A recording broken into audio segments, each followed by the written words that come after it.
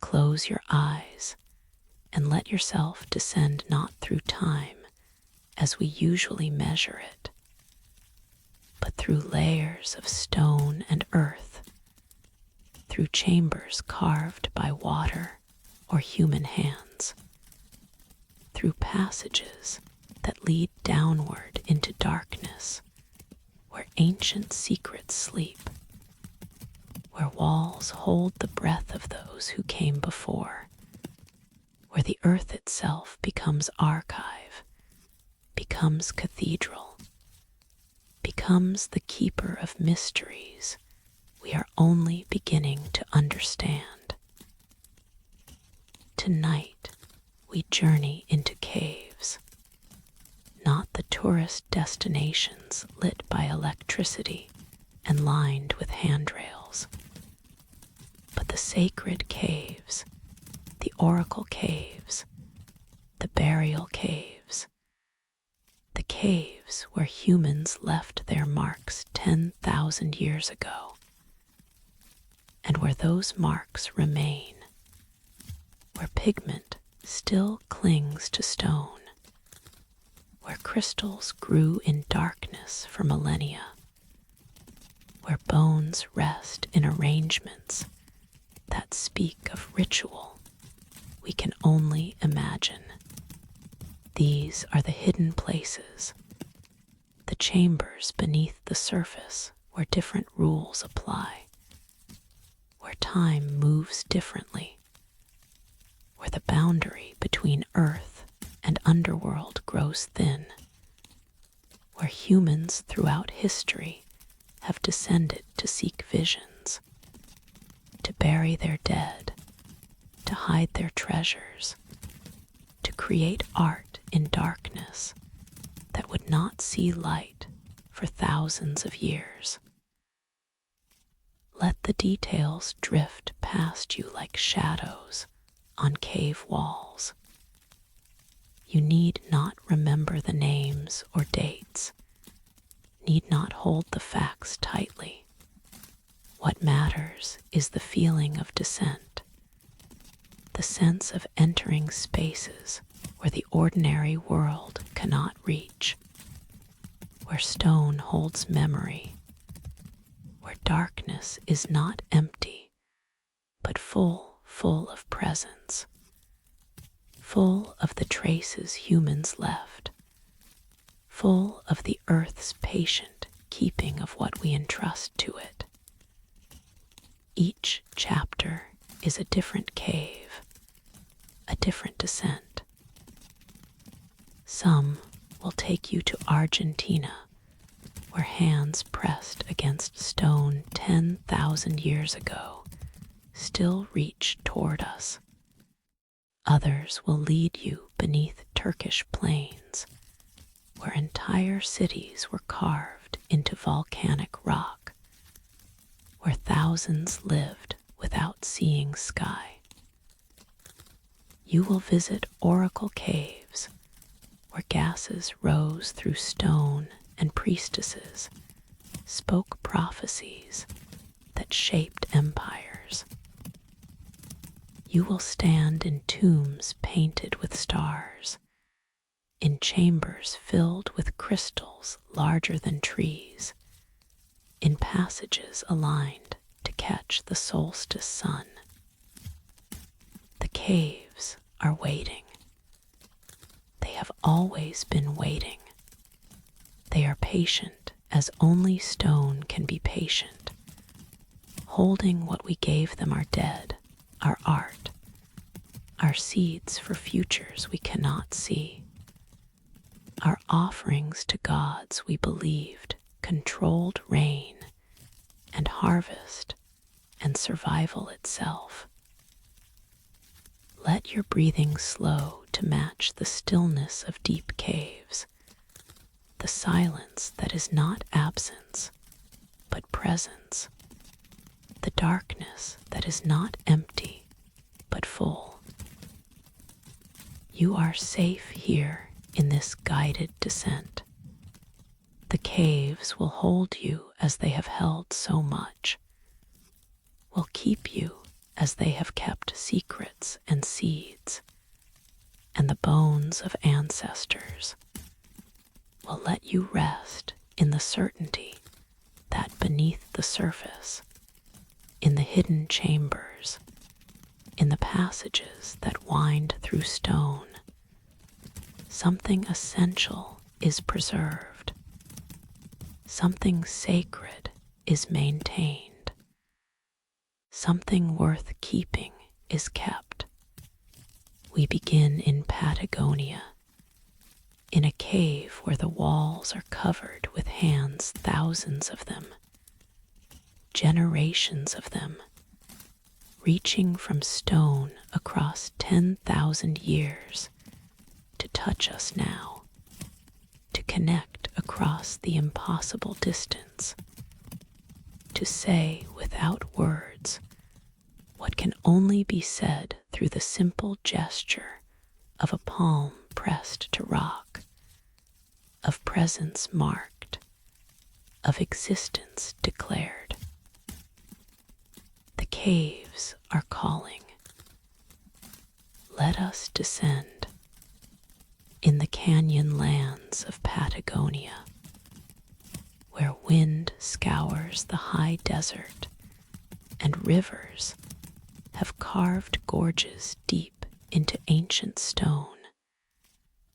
There is a cave whose walls are covered with hands, not painted hands, not drawn hands, but the negative images of hands' palms pressed against rock, while someone blew pigment around them, creating shadows, creating outlines, creating the ghostly presence of hands that reached toward this stone 9,000 years ago, 8,000, 7,000, continuing in waves across millennia, until relatively recently, until the practice stopped, or the people who practiced it moved on, or simply ceased. Cuva de las Manos, the Cave of Hands, holds approximately 800 handprints,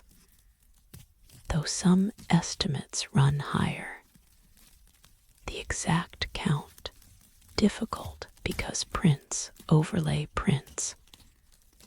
because generations returned to the same walls, because the practice continued so long that early prints are faint beneath later ones, layers accumulating like geological strata, like the very stone they mark. The hands are mostly left hands, suggesting right-handed people held the hollow bone, or reed through which they blew the pigment ochre ground from iron-rich stone, mixed with water or fat to create paint that would adhere, that would last, that 9,000 years later still shows the ridges of individual fingers, the gaps between thumb and palm, the specific anatomy of specific humans who lived so long ago that everything about their lives, except these prints, has dissolved, has returned to dust, has left no trace except this, the shadow of their hands on stone. Stand before these walls and raise your own hand. Match your palm to one of theirs. The fit is usually close. Humans have not changed in size or proportion over the mere 9,000 years these prints represent. Your hand covers theirs. Across the gap of millennia, across the dissolution of their language and culture, and everything that made them specifically who they were, you touch. You connect through the simple fact of shared anatomy, shared gesture, shared impulse to mark this wall, to say, I was here. Why hands? The question haunts researchers who study Paleolithic and Neolithic art. Handprints appear in caves across the world in France and Spain, in Indonesia, in Australia, created independently by cultures that never contacted each other, suggesting something fundamental in the human psyche, something universal in the gesture of pressing hand to stone and leaving the mark, the proof, the testimony of individual existence. Perhaps it is the simplest art, the most direct. You need no skill to create a handprint, no training, no artistic ability. Any human can press palm to stone and blow pigment around it, can create an image that is recognizable, that communicates immediately what it represents. The universality might be practical, it is easy. It is available to everyone. It requires no specialist knowledge. But simplicity does not explain the persistence. The fact that cultures return to the practice across thousands of years, that new hands were added to walls already crowded with prints,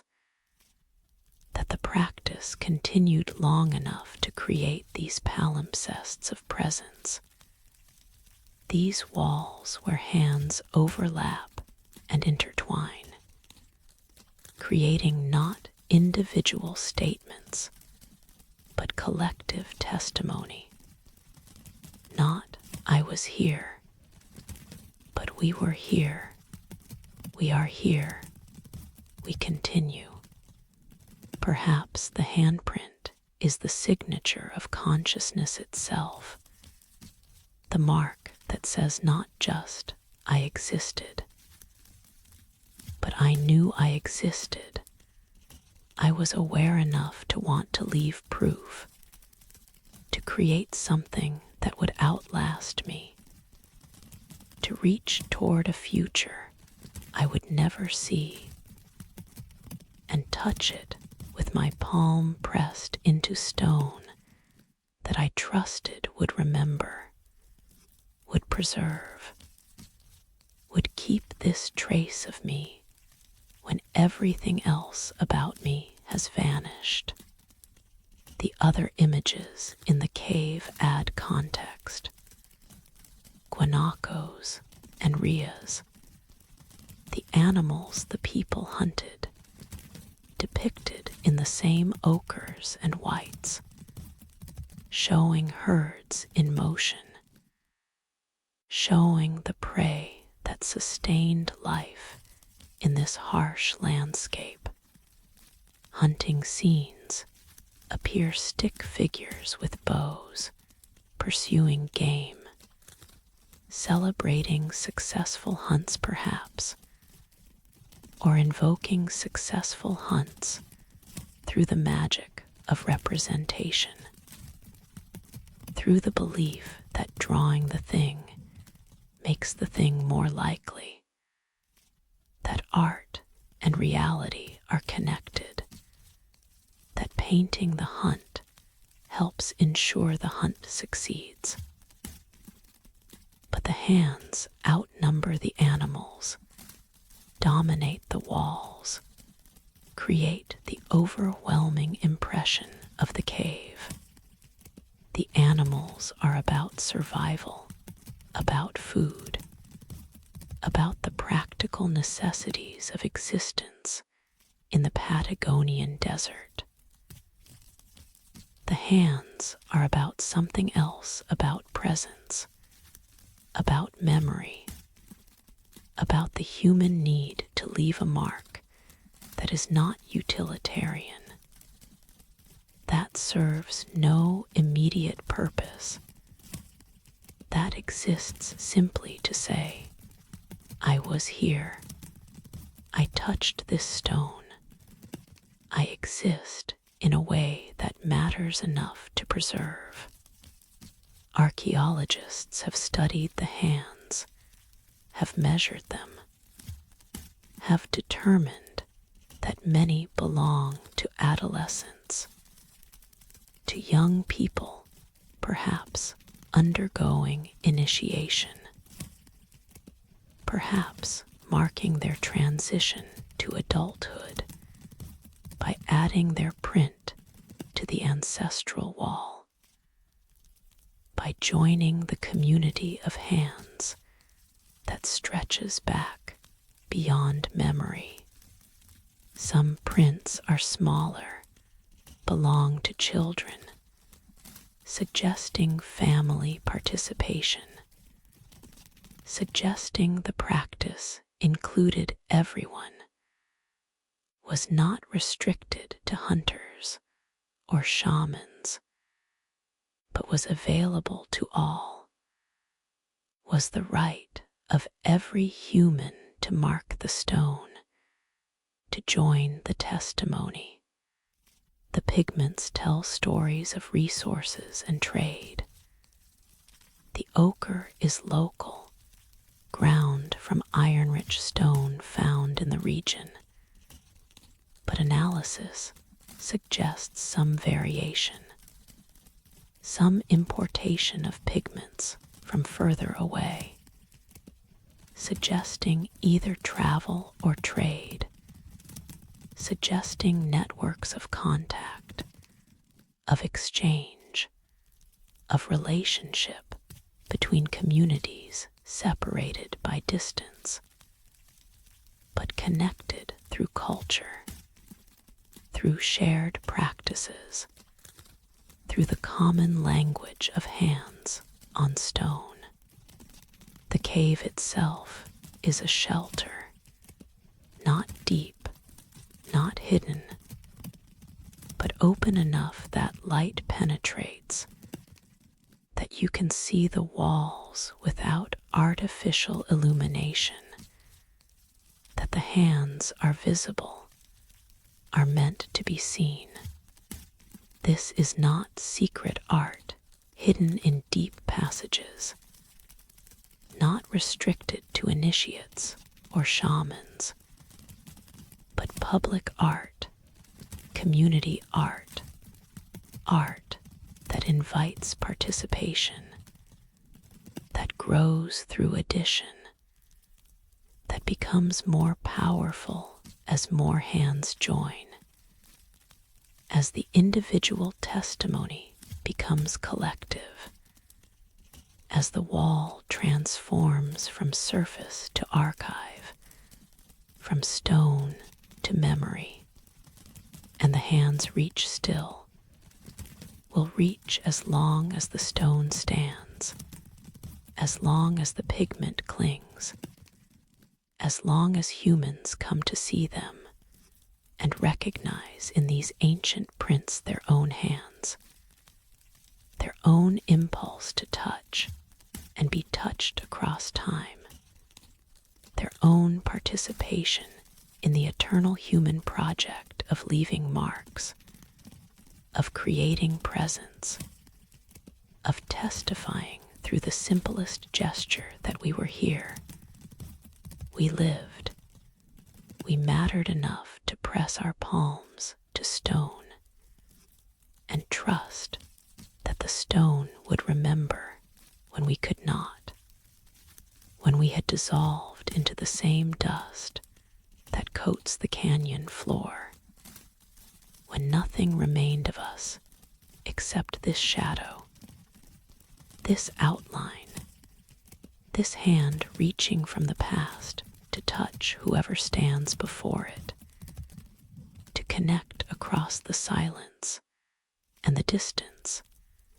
and the 9,000 years that separate their now from ours, reaching still, touching still, speaking still in the wordless language of hands that know no time, no boundary, no separation except the thin layer of air between your palm and theirs, between the living and the dead who are not quite dead while their hands remain, while the stone remembers, while we stand before these walls and raise our hands in response, in recognition, in the acknowledgement that we too are leaving marks, are pressing our presence into whatever medium will hold it, are reaching toward futures we will never see, are trusting that someone, sometime, will stand where we stood and recognize the reaching, will understand the gesture, will raise their hand in return and complete the circuit, the connection, the conversation that has no words but needs none, that speaks through stone and pigment, and the simple fact of hands reaching, always reaching, across the canyons of time toward whatever lies beyond, toward whoever comes after, toward the eternal moment when hand meets hand across the impossible distance, and touch becomes timeless, becomes testimony, becomes the proof that we were here, that we existed, that we left this mark, and it endures. Beneath the Cappadocian Plateau, where volcanic eruptions millions of years ago deposited layers of ash that hardened into tough, soft stone easily carved, but strong enough to hold its shape, entire cities descend into darkness, not built but subtracted, not constructed but excavated. The underground cities of Cappadocia represent a building technique as old as caves themselves. Find soft stone and carve it into the shapes you need. Create chambers and passages, and storage rooms and churches, and all the infrastructure of life. But do it downward, do it inside, do it in the earth's embrace where temperature stays constant, where invaders cannot easily find you, where safety lies not in walls that can be breached, but in labyrinths that can be sealed, in passages that can be blocked with rolling stone doors that fit so precisely they cannot be moved from the outside, that create perfect barriers behind which communities could wait out sieges, could endure attacks, could survive. Derinkuyu is the deepest, extending at least 8 levels down approximately 280 feet beneath the surface, though some researchers suspect unexplored chambers go deeper still, that the full extent has not been mapped, that the city holds secrets its excavators are still discovering. The known levels could house 20,000 people along with their livestock, their food stores, their water and wine, everything needed to sustain a population for months underground for as long as necessary to outlast whatever threat drove them below. We descend level by level, starting in the chambers closest to the surface, where ventilation shafts bring air from above, where the transition from sky to stone is gradual, where rooms still feel connected to the world above. These upper levels served as living quarters for those who could tolerate closeness to the surface,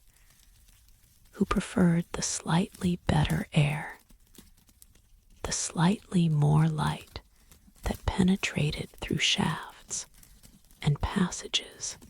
from the distant surface. But as we descend, the spaces change. The air grows heavier, the darkness more complete when the modern lighting is extinguished. We enter the deeper levels that only the most vulnerable or the most important occupied during sieges, the children perhaps, kept safest in the deepest chambers, the food stores and wine production facilities essential to survival, the churches where communities gathered to pray, to maintain faith, to believe that God would preserve them, even in this stone womb cut off from sky and sun, and everything that makes the surface world feel alive. The engineering is remarkable. Ventilation shafts descend vertically through all 8 levels, some reaching 180 feet from surface to the deepest chamber, carved with precision that allowed air to flow continuously, that prevented suffocation, that made survival possible even in the deepest rooms. The shafts also served as wells, bringing water from aquifers, creating dual-purpose passages that provided both the breath and the water that life requires. The rolling stone doors remain, massive circular slabs of rock that could be moved into position to seal passages, that fit so perfectly into their frames that penetrating them from the outside would have been nearly impossible. The defenders could roll them into place from inside, could secure them with wooden beams, could create barriers that would hold against battering rams, against the most determined siege, against everything except time and starvation. But who built this? The question troubles historians, because the construction clearly predates the Byzantine Christians who used the cities most extensively, who carved churches and added crosses and inscriptions in Greek, who left evidence of their habitation, but not of the original excavation. The cities were already there when Christians arrived, already ancient, already serving as refuge when persecution drove believers underground, when Arab raids made the surface dangerous, when safety required descent into the earth that had sheltered earlier peoples for earlier reasons. Some archaeologists suggest the Hittites, the Bronze Age civilization that controlled Anatolia before the Bronze Age collapse, before their empire fragmented and their culture dissolved into the successor states that would eventually become the classical civilizations we know better. The Hittites were sophisticated engineers, built impressive surface structures, might have possessed the organizational capacity to carve cities into soft stone. Others propose the Phrygians, who inherited the region after the Hittites fell, who left their own archaeological traces, but whose connection to the underground cities remains speculative, based more on chronology than on clear evidence. The truth might be simpler and more complex. The cities were probably carved over centuries by multiple cultures, each generation adding chambers, extending passages, going deeper as populations grew, or as threats required more elaborate refuges. The earliest excavations might date to the Chalcolithic or early Bronze Age. Simple cave systems expanded gradually into the massive complexes we see today, accumulating additions the way surface cities accumulate neighborhoods, the way communities grow through accretion rather than planning, through the needs of successive generations who carved what they required and left it for their descendants to expand. What remains certain is the purpose. These were refuges, safe havens, places to hide when surface life became impossible. The Christian sources are explicit they fled here during Arab invasions. During the conflicts that followed Islam's explosive expansion across the Middle East, when Byzantine control of Anatolia was contested, when communities caught between empires needed places that armies could not easily penetrate, where they could wait out the violence, could preserve themselves and their faith until it was safe to emerge. But the cities might have served this purpose long before Christians used them, might have sheltered communities from earlier invasions, earlier violence, earlier threats that drove people underground and taught them that safety sometimes requires abandoning the sky, requires accepting stone embrace, requires learning to live in darkness for the sake of survival. Walking through the passages today, and you can walk them. Kuyu is open to tourists who descend the stairs and follow marked routes through the upper levels. You feel the weight, not just the literal weight of stone above, though that is present, pressing down, reminding you that you are deep in the earth,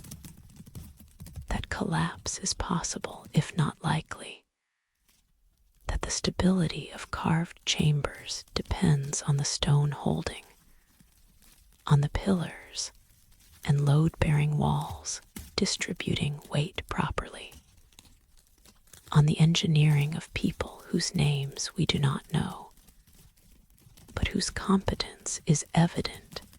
in the fact that the chambers still stand, still hold, still shelter, even if only tourists, now rather than refugees. But the psychological weight is heavier. The knowledge that people lived here, breathed this air, endured this darkness for months at a time, raising children who might never have seen sky during sieges that stretched on, that tried to starve them out, that waited at the surface for the underground dwellers to run out of food or water or hope and emerge into capture or death. The rolling stone doors are the most visceral reminder of this reality.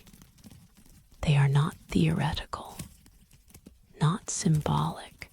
They are real barriers designed to stop real invaders, to create real safety at the cost of real enclosure. Once those doors rolled into place, the people behind them were sealed in as thoroughly as sealed out the enemies. They breathed recycled air, ate stored food, lived in dim light from oil lamps that consumed the precious oxygen, and trusted that their provisions would outlast the siege, that the attackers would give up before the defenders starved. Some did. Some survived. Some emerged when the danger passed and returned to surface life, to sunlight and fresh air, and the relief of not being buried alive, even voluntarily, even for safety. They survived because they had the cities, because ancestors had carved the stone, because the earth offered shelter when the surface offered only death. Others might not have survived. We do not know how many times the cities were used, how many sieges they endured, how many successes and failures occurred in the darkness. We now visit as tourists, walking passages that once held desperate people, standing in chambers that once echoed with prayers for deliverance,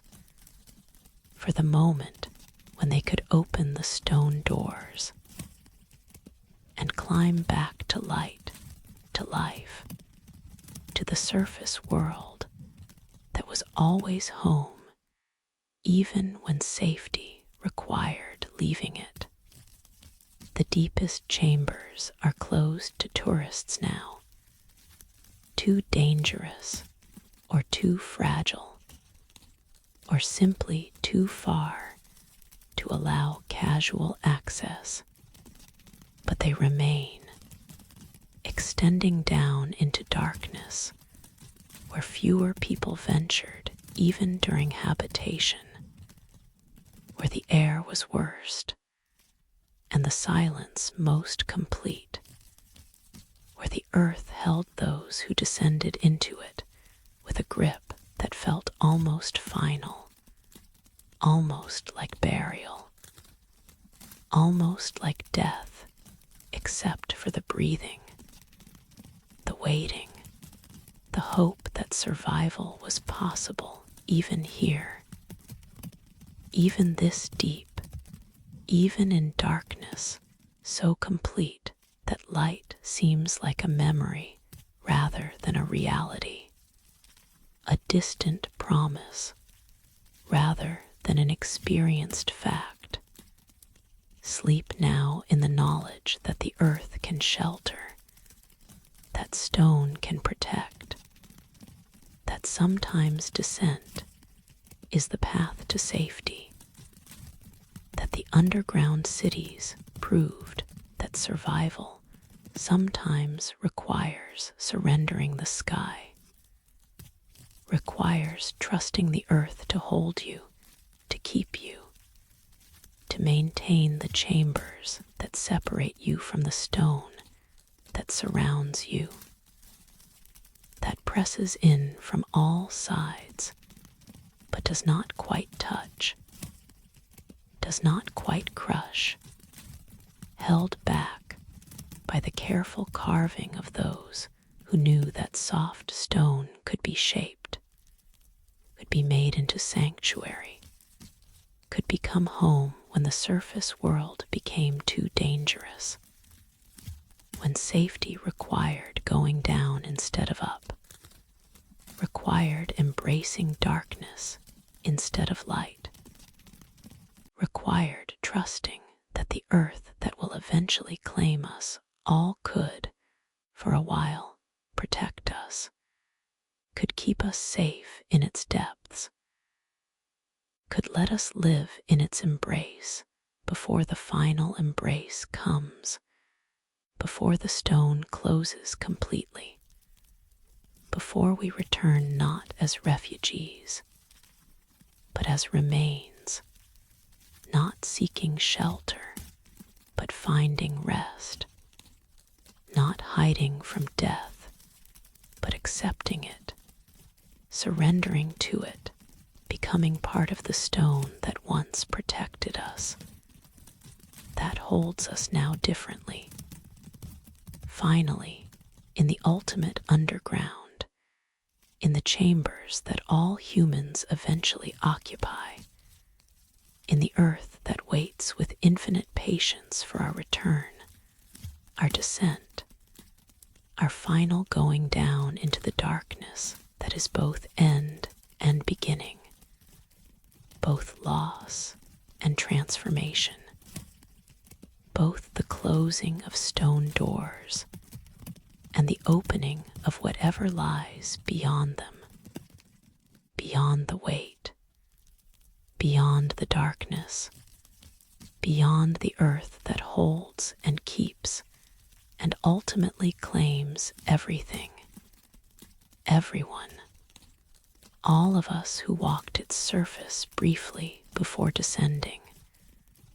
before the stone embraced us, before we became part of the deep,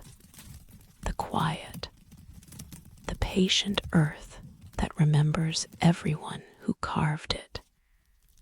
everyone who sheltered in it,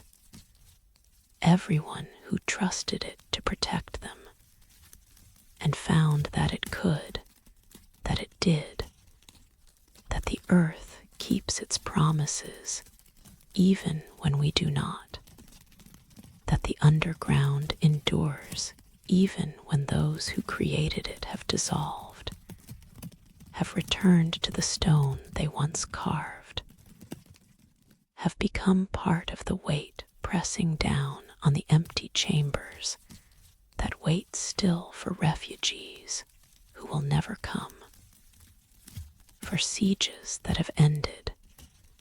for the moment when the rolling doors open and light floods in, and the survivors emerge blinking into a sun they feared they might never see again, but that rises still, that shines still, that waits at the surface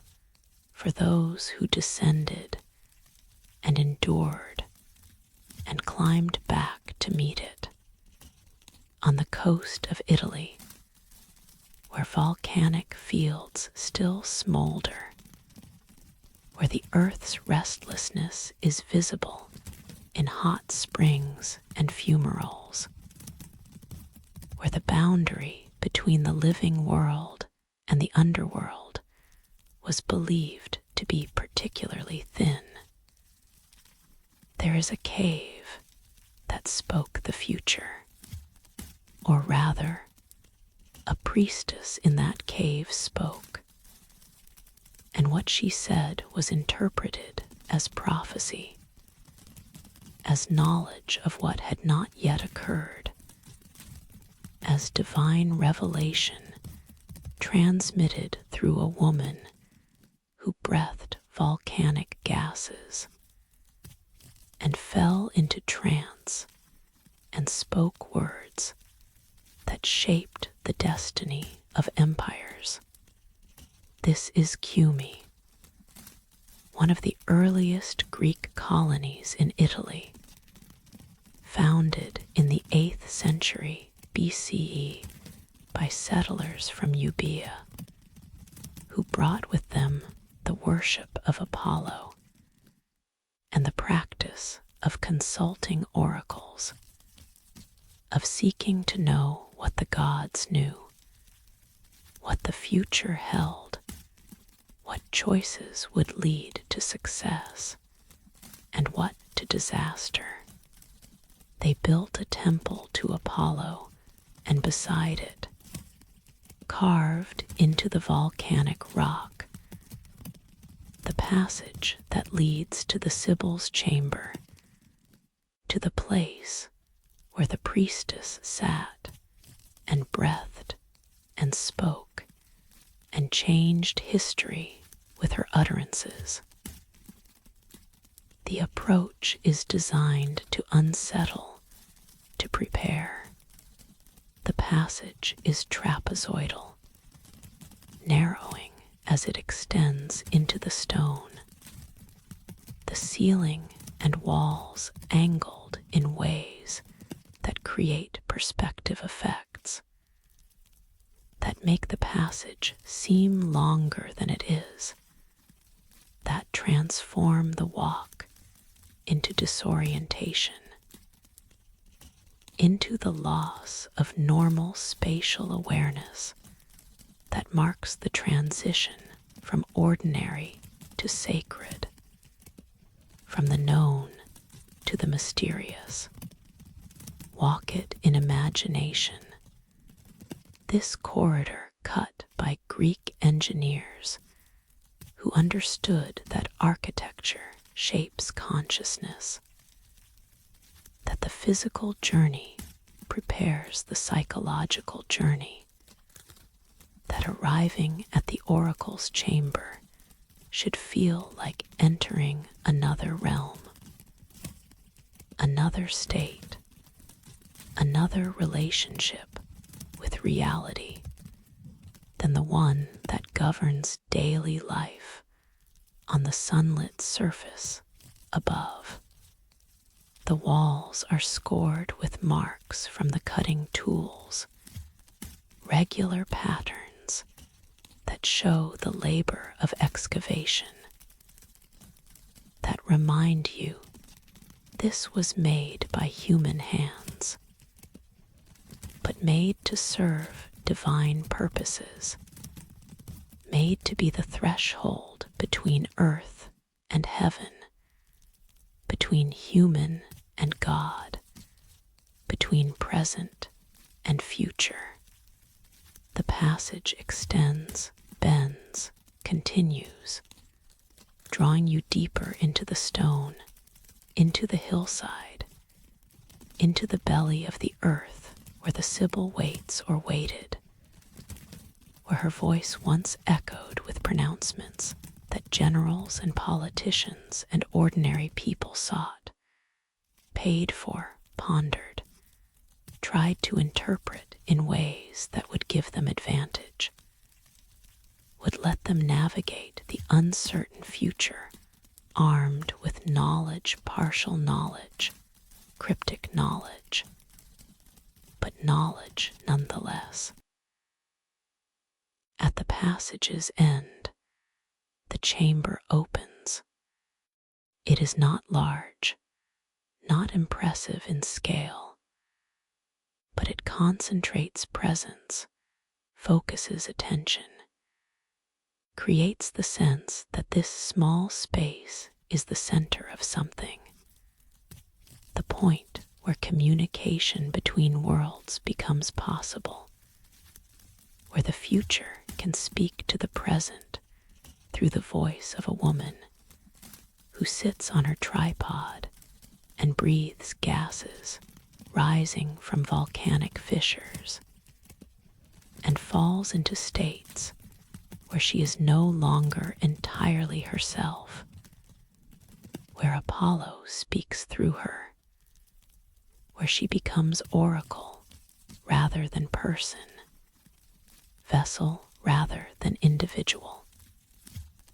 Modern geology confirms what ancient sources claimed.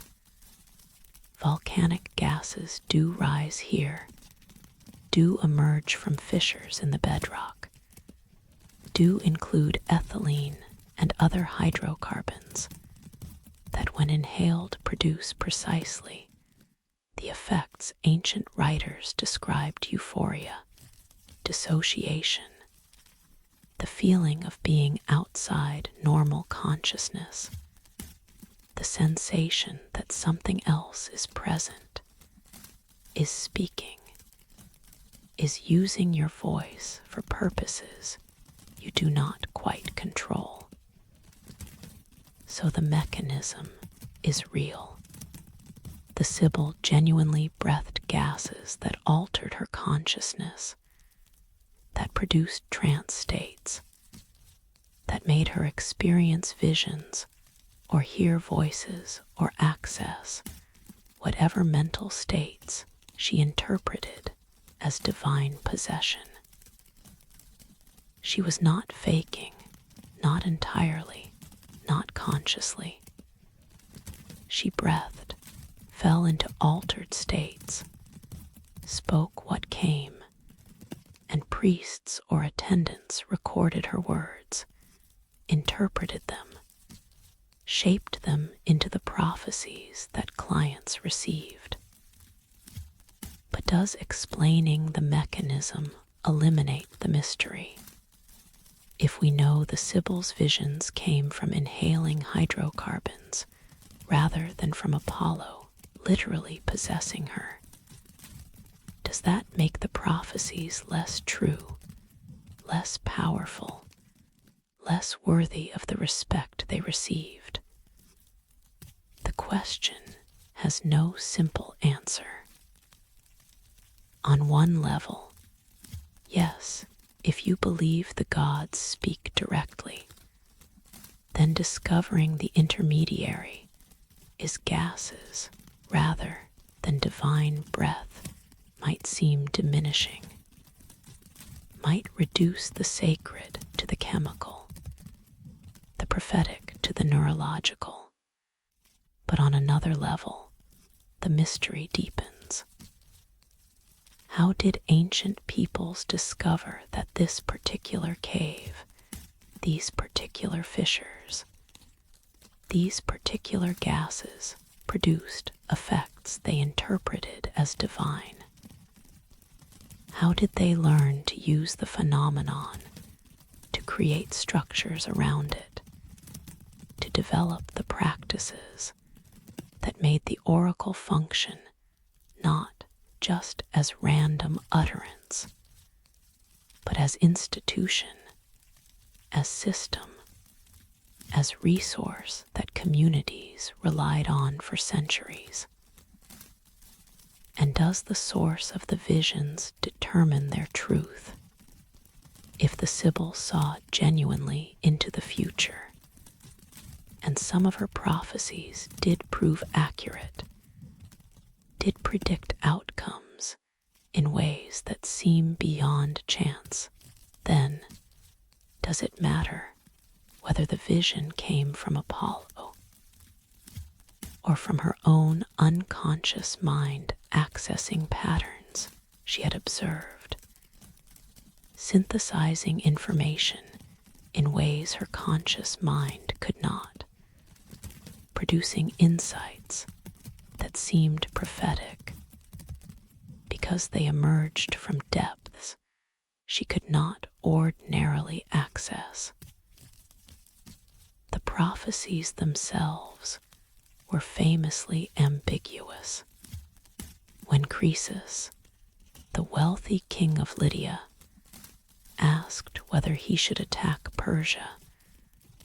the Sibyl replied that if he crossed the river Halys, he would destroy a great empire. Encouraged, believing the empire to be destroyed would be Persia's, Croesus attacked.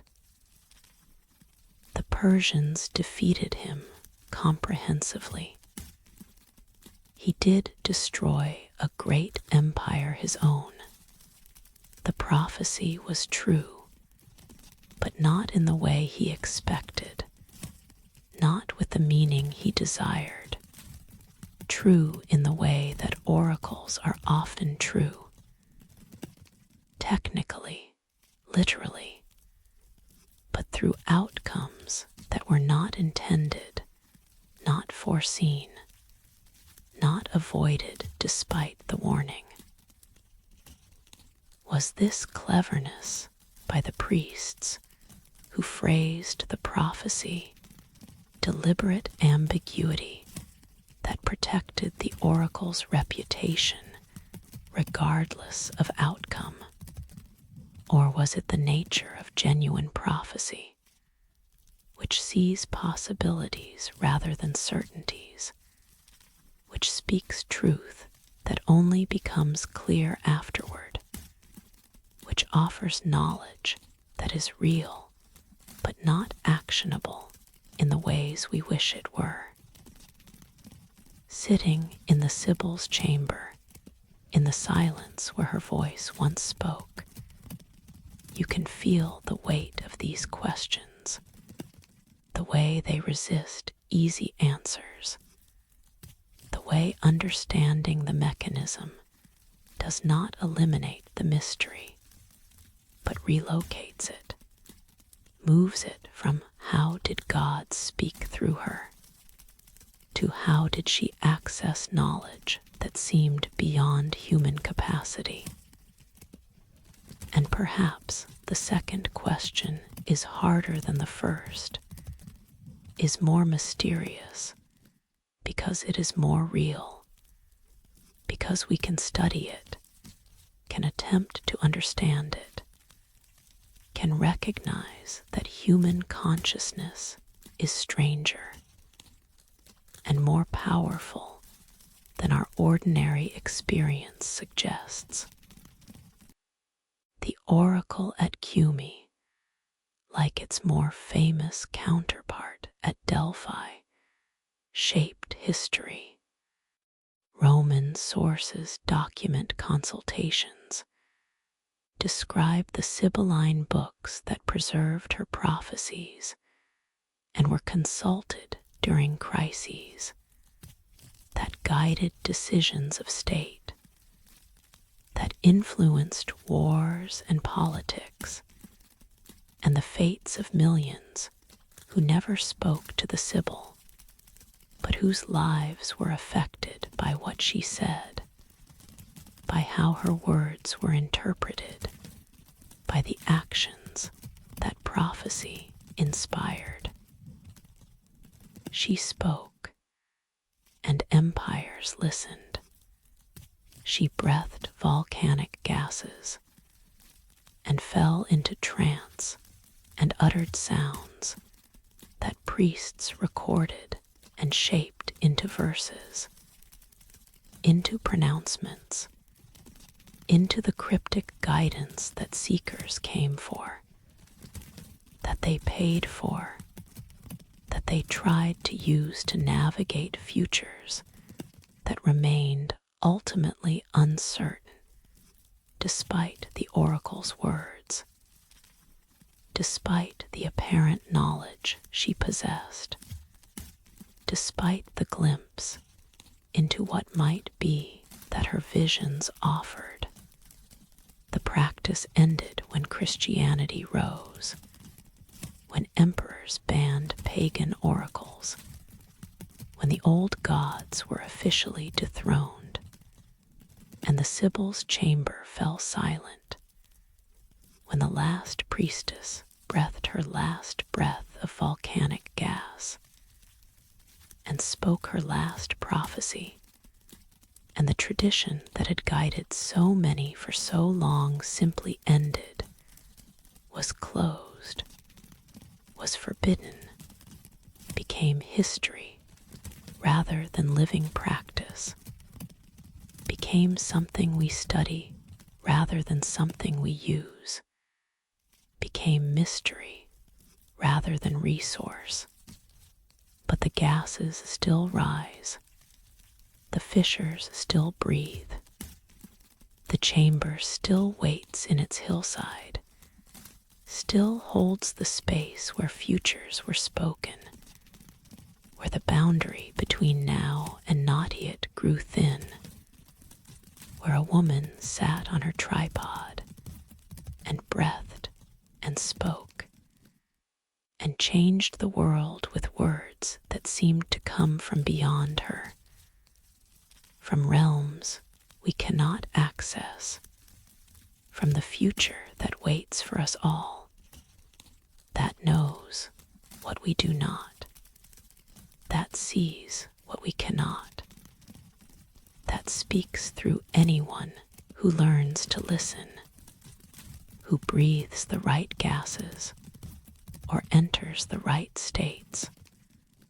or simply quiets themselves enough to hear what the silence holds, what the depths whisper, what the future murmurs to those who descend into caves and breathe, and wait for the voice that is not quite theirs, that speaks through them, that says what needs to be said even when the meaning is unclear,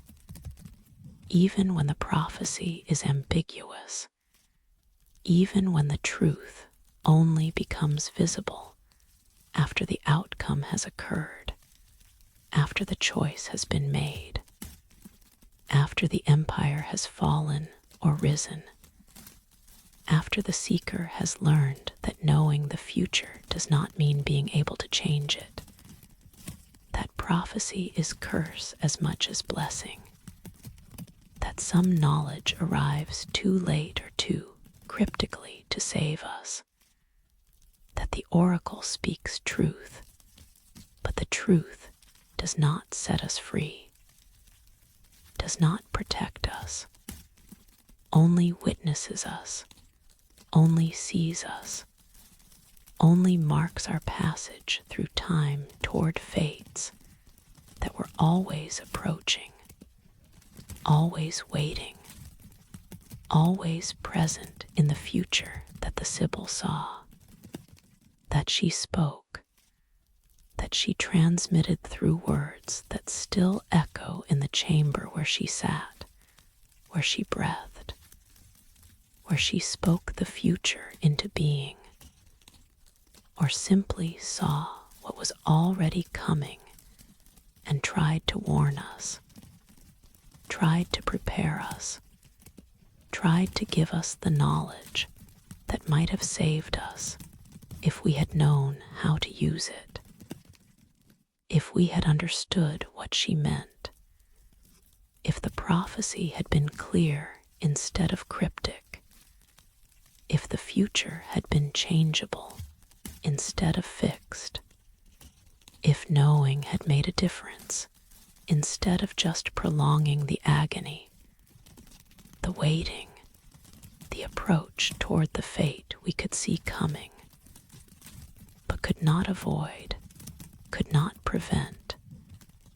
could only witness as it arrived like a wave we saw on the horizon, approaching inevitable and unstoppable, drowning us despite the warning, despite the prophecy, despite the Sibyl's voice speaking from her volcanic chamber, breathing gases and truth in equal measure, seeing what we could not see, speaking what we could not hear, offering knowledge that was genuine but useless, true but unhelpful, prophetic but not quite salvific, leaving us still in the dark, still uncertain, still approaching futures we cannot know despite the oracles, despite the prophecies, despite the caves where gases rise and priestesses breathe and futures speak through human voices that tremble with the weight of what they carry, what they see, what they speak into the waiting silence of those who seek to know, who long to see, who descend into caves hoping for certainty and finding instead mystery, finding instead the recognition that the future remains future even when we glimpse it, remains unknown even when we are told it, remains mysterious even when the oracle speaks, even when the gases rise, even when the vision comes and the prophecy is uttered and the words echo in chambers that have heard so many prophecies, that have witnessed so many seekers, that have kept the secret of the future for centuries and keep it still, silent now, waiting still, holding still the space where past and future met in the eternal present of the oracle's voice, speaking, always speaking, saying everything and nothing, revealing all and concealing all, true and false simultaneously. The Sibyl's final prophecy in Egypt's Valley of the Kings, where pharaohs lie in tombs cut deep into limestone cliffs, where the dry air and the ceiling of chambers preserved what would have deteriorated in any climate with moisture. Colors glow that should have faded 3,000 years ago, that should have crumbled or oxidized or simply succumbed to the chemistry that claims most ancient pigment, but that remain vivid, remain brilliant, remain as fresh as the day they were applied to walls, prepared with such care that paint and plaster bonded completely, became one substance, became permanent. The tomb of Seti is among the most spectacular. Its corridors, extending over 400 feet into the cliff, its chambers decorated with scenes from the Amjuat and the Book of Gates, texts that map the underworld, that guide the deceased pharaoh through the perils he will face, the demons he must pass, the transformations he must undergo to reach the field of reeds, to be reborn as a star, to join the imperishable ones who circle the northern sky eternally, who never set, who never die.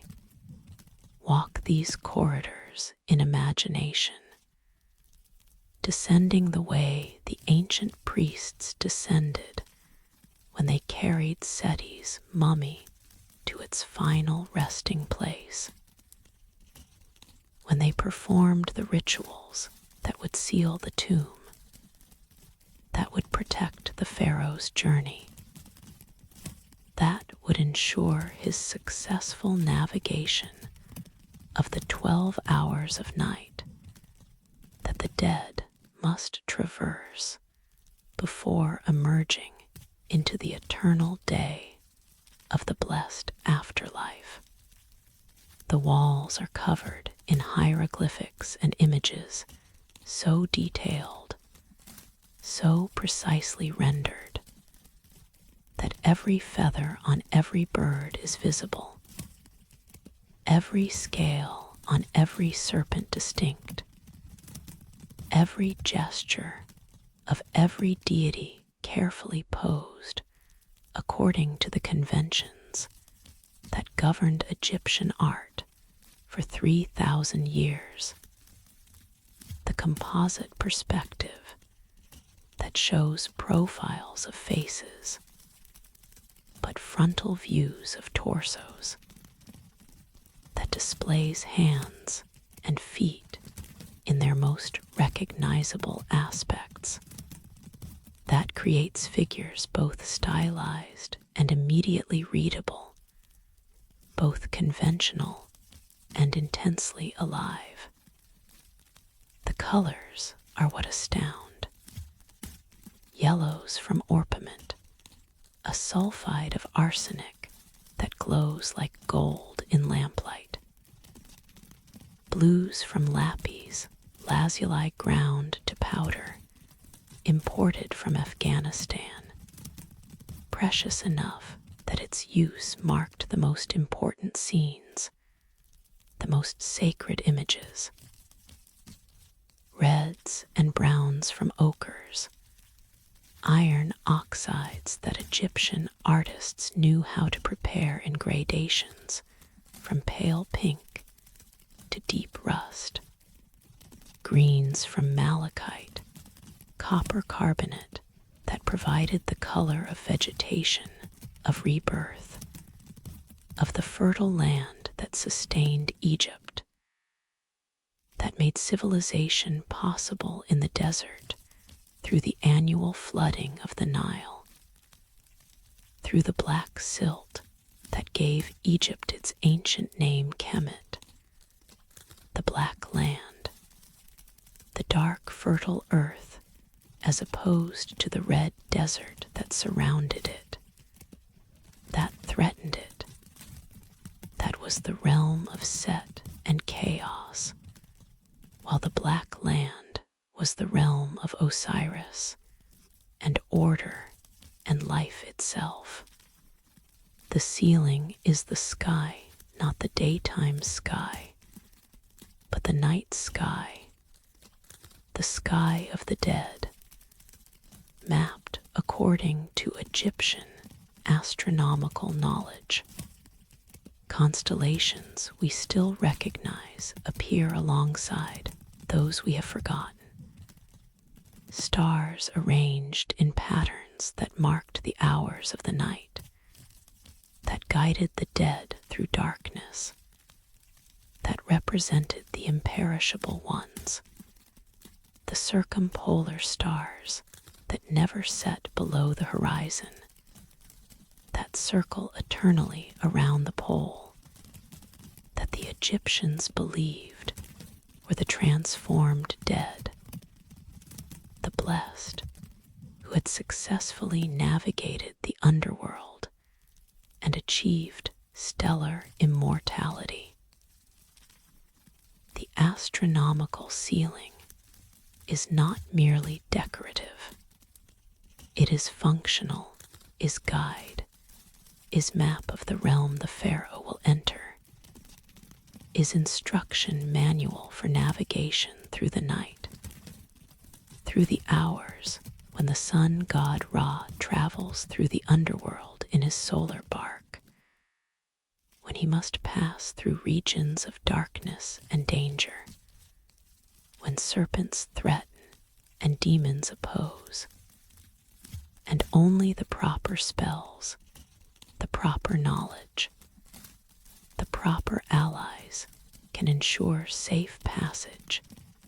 and the eventual rebirth, the emergence into dawn, the continuation of the cycle that sustains cosmos itself. Seti's tomb contains some of the most beautiful examples of this art.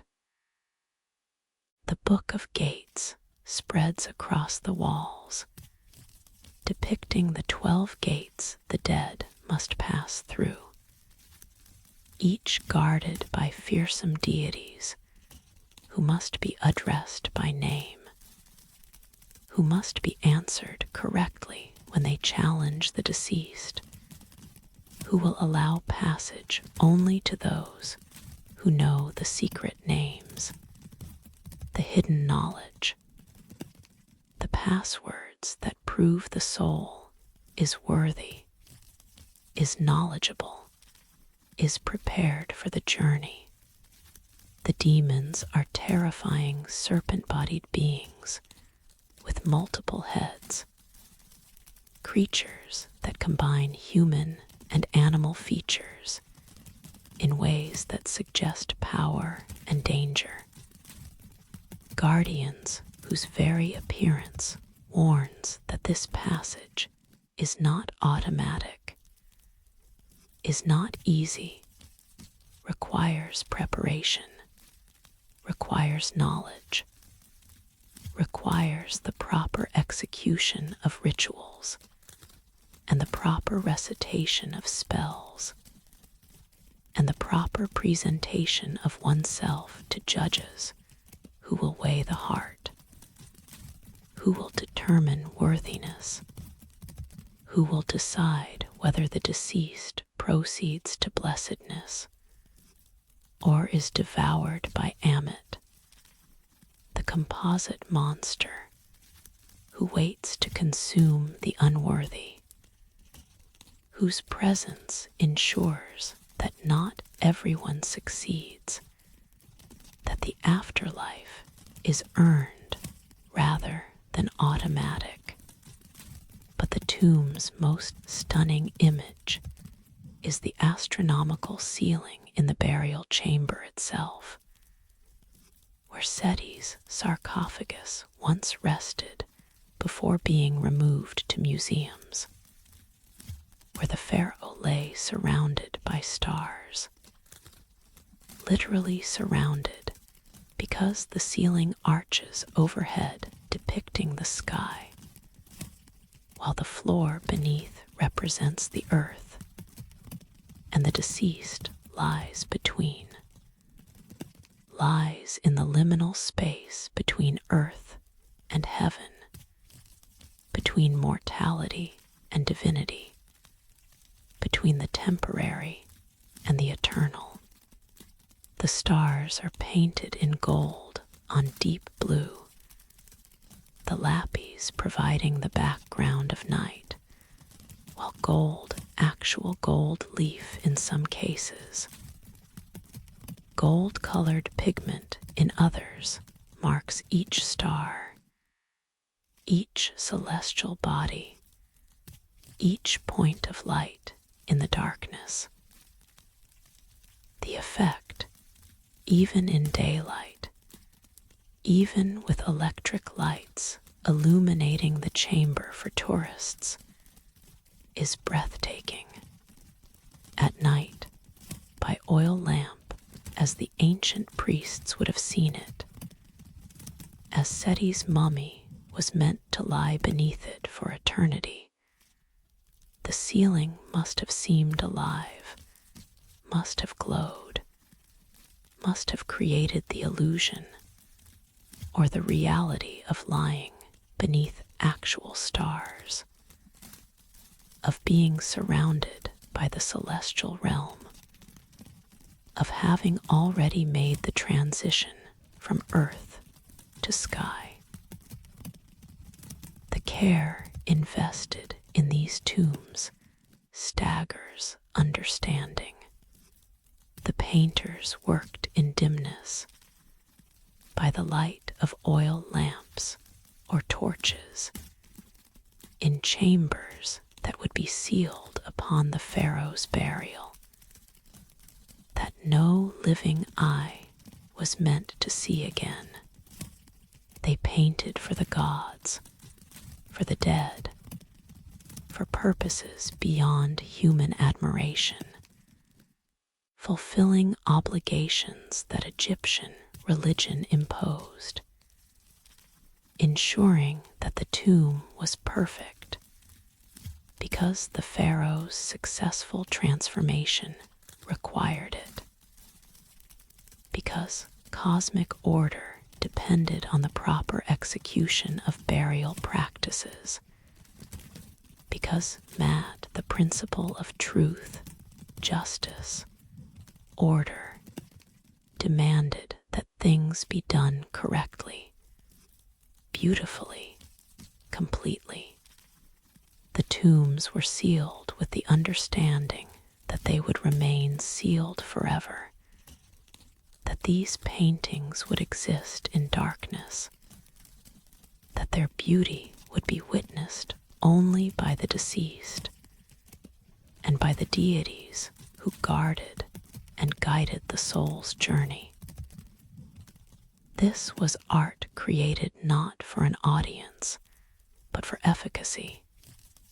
not for admiration, but for function, not to be seen, but to be present, to serve its purpose whether or not human eyes appreciated it. Yet we see them now, tomb robbery ancient and modern unsealed, what was meant to stay sealed, exposed what was meant to remain hidden, brought to light what was created for darkness.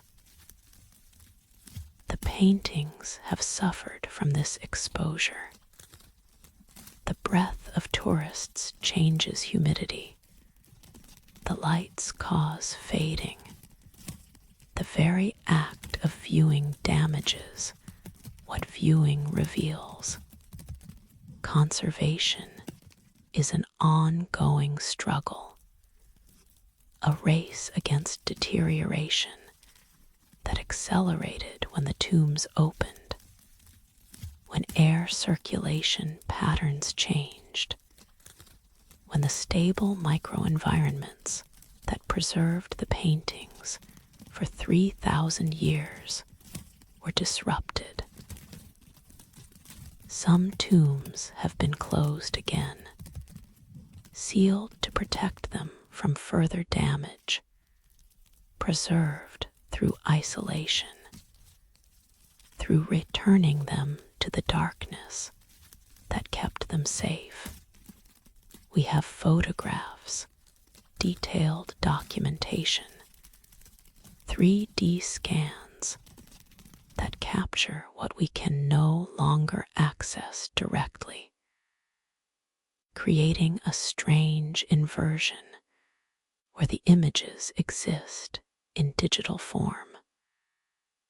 perfectly preserved in ones and zeros,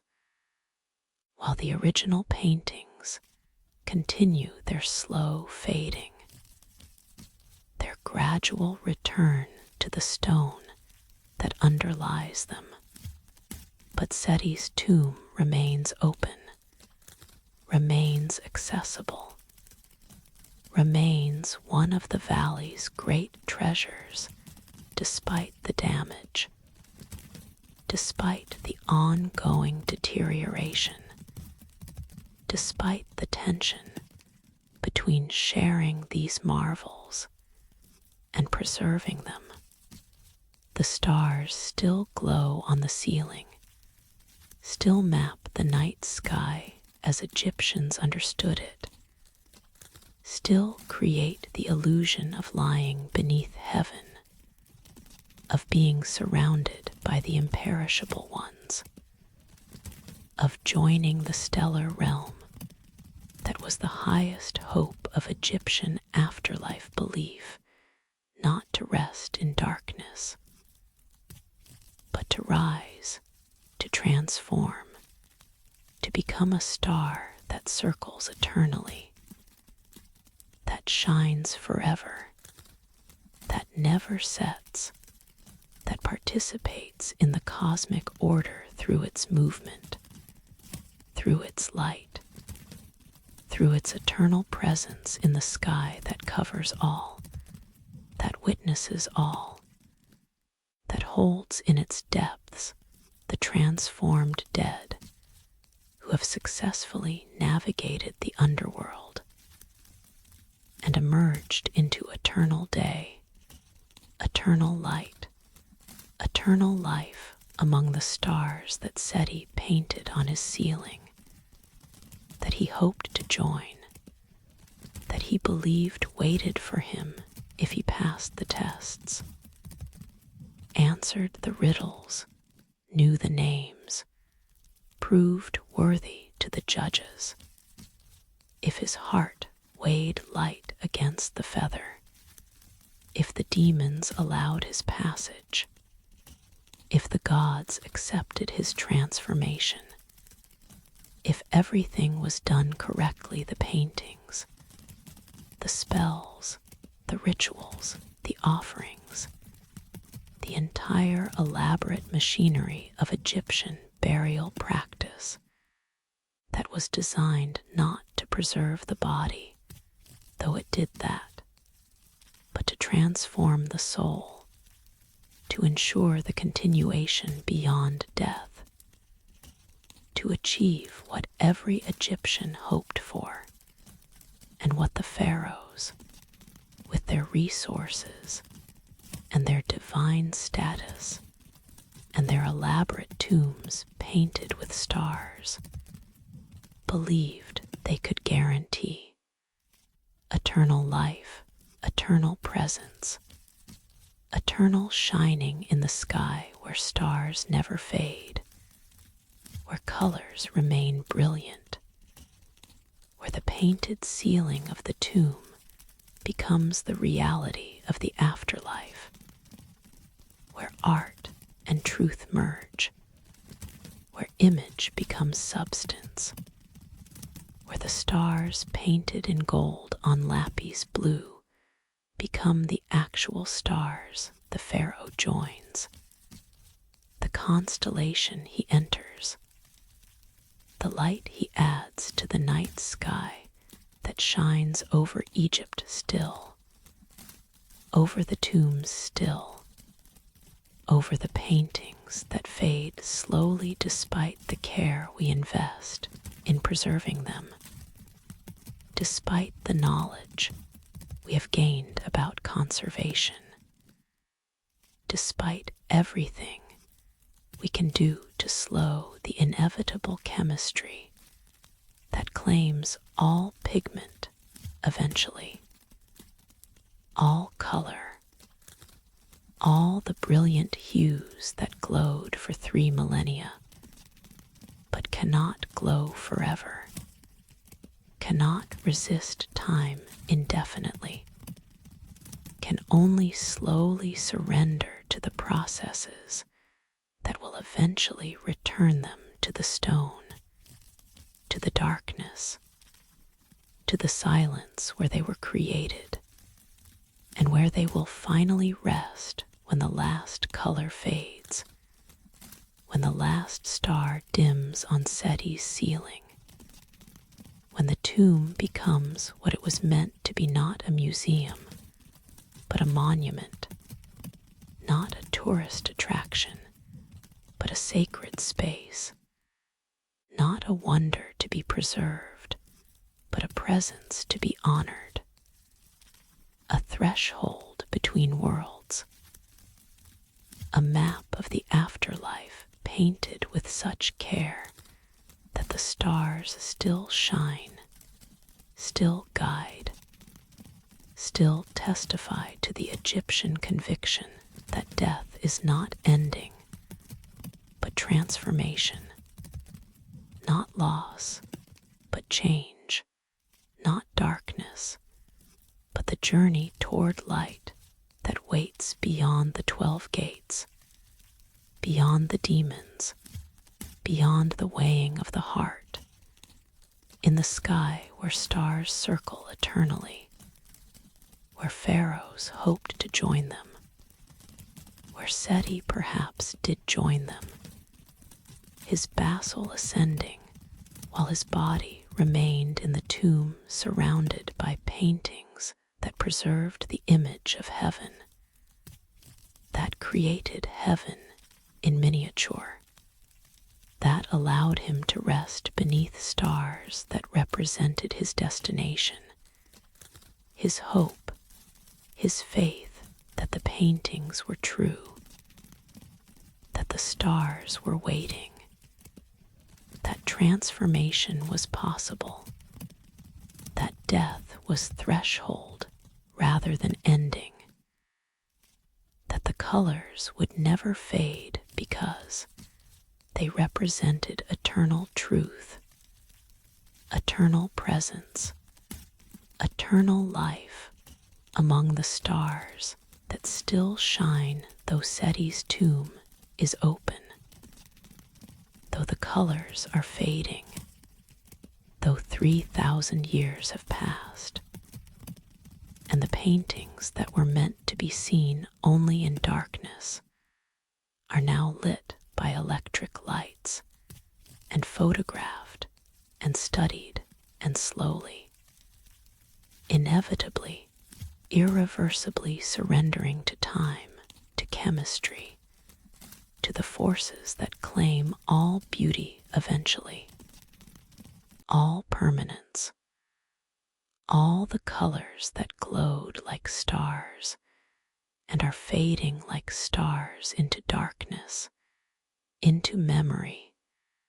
into the silence where Seti waits, where the stars wait, where the final transformation waits for all of us who walk beneath skis that hold more than we see, that remember more than we know, that keep in their depths the light of stars that burned out long ago, but whose light still travels, still reaches us, still touches us, with the past meeting the present in the eternal now of photons that left their source millennia ago and arrived tonight. This night, the night when you lie beneath your own ceiling and perhaps imagine it painted with stars, painted with the hope that something persists, something endures, something of us joins the light, becomes the light, shines like the stars that Seti painted, that Seti joined, that we all join eventually when our light goes out here, and perhaps, continues somewhere else, in some form, in the stars that still shine, that still guide, that still mark the way through darkness toward the dawn that Seti hoped for, that Egypt promised, that the painted tombs preserve in colors that fade, but meanings that endure, in images that disappear, but truths that remain, in the recognition that we have always hoped for continuance, have always painted our ceilings with stars, have always believed that death is not ending, but transformation, not loss, but change, not darkness, but the journey toward light that waits, that shines, that calls us like stars call, like painted stars called to Seti, like stars call to all of us who lie beneath them and wonder, and hope, and imagine that we too might shine, might endure, might join the light that never fades completely, that dims perhaps but persists, that transforms but continues, that lives in the sky where Seti's stars still glow despite everything, despite time, despite the slow, inevitable fading that claims all colors, all paint, all the brilliant images that we create to mark our passage, to celebrate our transformation, to preserve the hope that something of us persists beyond the body, beyond the tomb, beyond the paintings that fade, in the stars that endure, that shine, that call, deep beneath the Naka mountain in northern Mexico, in chambers that remained flooded for 500,000 years. Crystals grew in conditions so perfect, so precisely calibrated, so stable across millennia, that what emerged seems impossible despite being utterly real. Selenite beams reaching 40 feet in length, weighing 55 tons, translucent pillars so large that humans walking among them seem like insects, seem insignificant, seem overwhelmed by the scale of what nature created without intention, without design, through simple chemistry, proceeding patiently in darkness, in heat,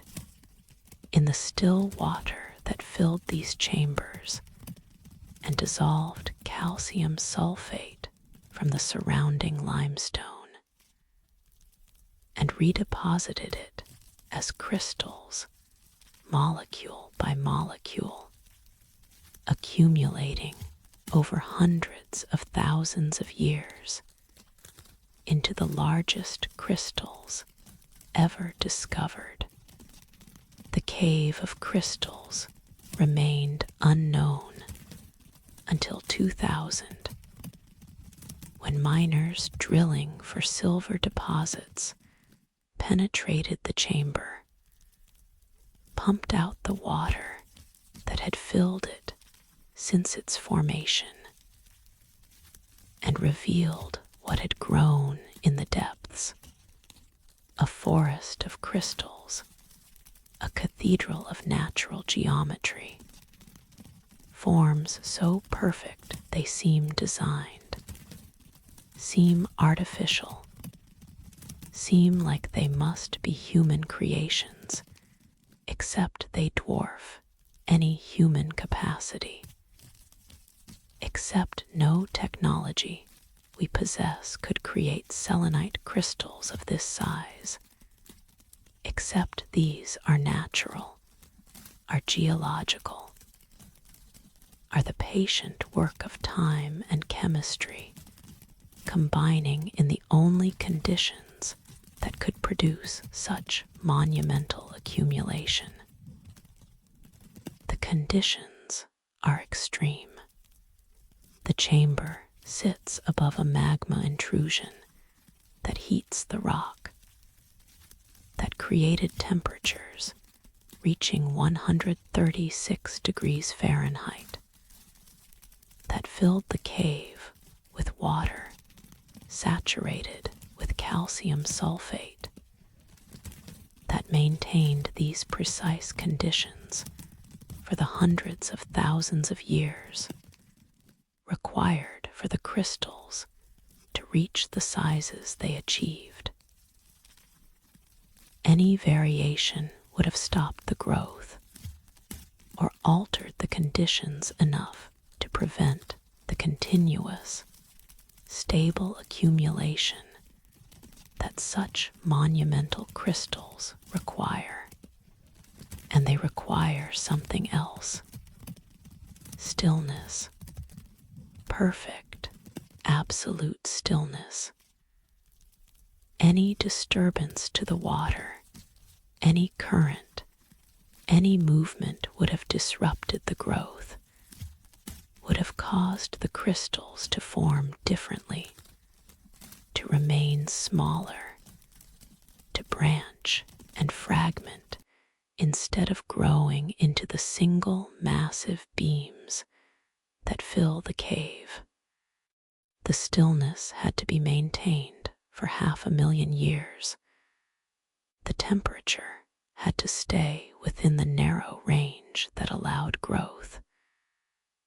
The chemistry had to remain precisely balanced, and all of these conditions had to persist simultaneously, undisturbed, in darkness, beneath a mountain where nothing changed, where time measured itself only in the accumulation of crystals, in the patient addition of molecule to molecule, layer to layer, the slow transformation of dissolved calcium sulfate into solid selenite, arranged in structures that reflect the atomic geometry of the mineral, that express in macroscopic form the microscopic lattices that govern crystal formation, that make manifest in pillars 40 feet long the patterns that exist at the scale of individual atoms. To enter the cave of crystals requires protective equipment. The temperature and humidity approaching 100% create conditions that humans can survive for only minutes without specialized cooling suits, without ice vests and breathing apparatus, without the technology that allows brief visits, brief opportunities to witness, to photograph, to study before retreating to cooler chambers where normal metabolism is possible, where heat stress does not accumulate toward the fatal, where breathing does not fill lungs with moisture so saturated it prevents gas exchange. The miners who first entered had no such equipment. They reported later that they could stay only briefly, that the heat was overwhelming, that they retreated quickly and returned with cameras, with witnesses, with documentation of what they had found, because they knew perhaps only intuitively, perhaps from experience with other geological wonders, that they had discovered something extraordinary, something that required sharing, that needed to be seen, that could not be kept secret even if keeping it secret might have been safer, might have protected it from the exposure that would alter it irreversibly. Because exposure changed the cave, pumping out the water stopped the crystal growth, ended the process that had continued for 500,000 years, transformed the cave from active growth to static preservation, from living geological process to frozen moment, from ongoing accumulation to museum piece, to wonder that no longer becomes more wonderful, but only gradually becomes less so as the crystals begin to deteriorate in the air, in the slightly cooler temperatures, in the changed conditions that favor dissolution rather than growth. The dilemma is acute. To allow study, to permit witnessing, the chamber had to be kept dry. But keeping it dry kills the process, ends what it reveals, preserves through destruction the thing it seeks to protect. If the water were allowed to return, if the chamber were flooded again, the crystals would resume growing, would continue the process, but would be inaccessible, would exist only as knowledge, as the certainty that beneath the water crystals continue accumulating, continue adding layers, continue the patient work that we cannot witness,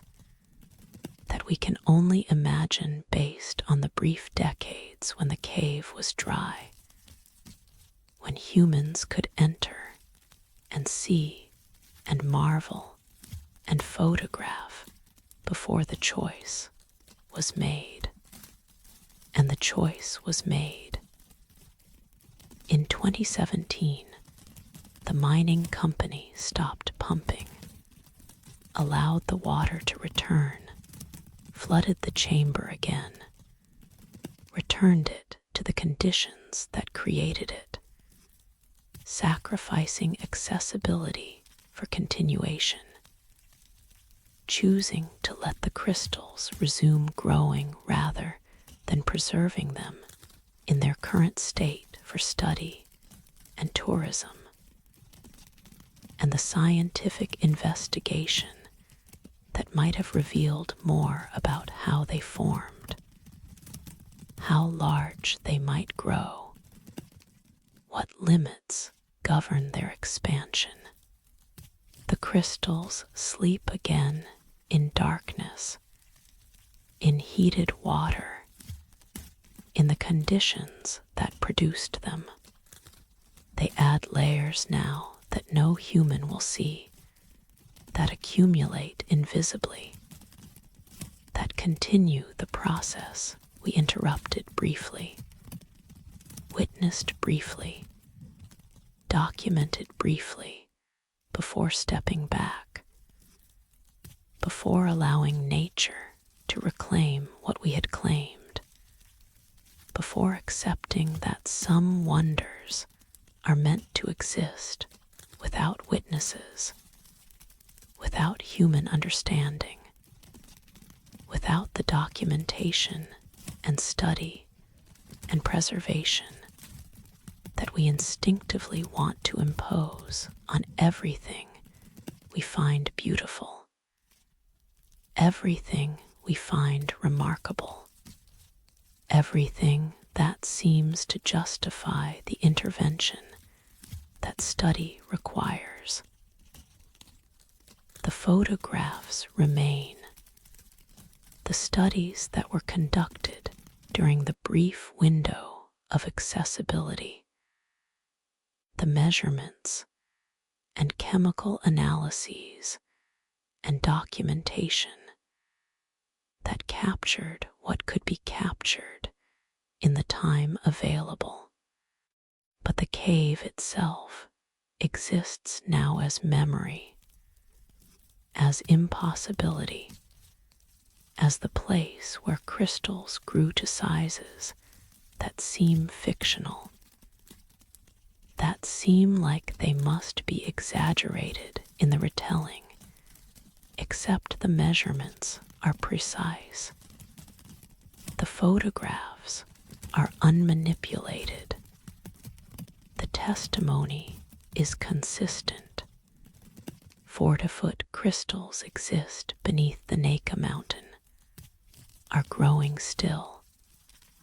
are adding molecules to their lattices, are continuing the patient work that requires not vision or intention, but only the maintenance of conditions, only the chemistry and temperature and stillness that allow calcium sulfate to crystallize rather than remain dissolved, to accumulate rather than dissipate, to build structures that dwarf humanity, that demonstrate scales of time and patience that human consciousness struggles to grasp, that exist as testament to what happens when conditions are perfect and time is unlimited, and nothing disturbs the slow work of crystal growth proceeding in darkness, in heat, in the still water that allows, that enables, that creates by simple chemistry miracles we cannot recreate, wonders we cannot replicate, beauties that exist only because we do not interfere, only because we allow, only because we step back and let the cave flood and the crystals continue, and the wonder persist beyond our witnessing, beyond our documentation, beyond our ability to access, but not beyond our knowledge, not beyond our awareness that they are there, are growing, are adding layers that we will never see, but that continue nonetheless, patient as stone, persistent as chemistry, enduring as the conditions that created them and that continue creating them, making the cave more wonderful while making it less accessible, growing beauty that exists without audience, without appreciation, without the human witness that we think necessary, but that the crystals do not require, do not need, do not miss in their darkness, in their heat, in their patient accumulation of molecule to molecule, layer to layer, the slow transformation of dissolved to solid, of calcium sulfate in solution to selenite in crystal, of potential to actual, of the invisible to the manifest, though the manifestation is now hidden, is now submerged, is now known only through the photographs and studies and memories of those who entered when the cave was dry, who witnessed when witnessing was possible, who saw the giants sleeping in their chamber and recognized that some wonders are too large to preserve, too ongoing to capture, too patient to accommodate human timescales. And so we let them go. Let the water return. Let the crystals resume their growth. Let the cave fill again, and the giants continue sleeping, adding to themselves in darkness and heat and stillness, growing imperceptibly, but growing nonetheless, patient as geology, persistent as chemistry, creating beauty that no eye will see for generations or centuries, or perhaps forever, if we maintain the wisdom to let them sleep, to let them grow, to honor through absence what we honored through presence, to acknowledge that witnessing is not required for worth, that beauty exists whether or not we see it,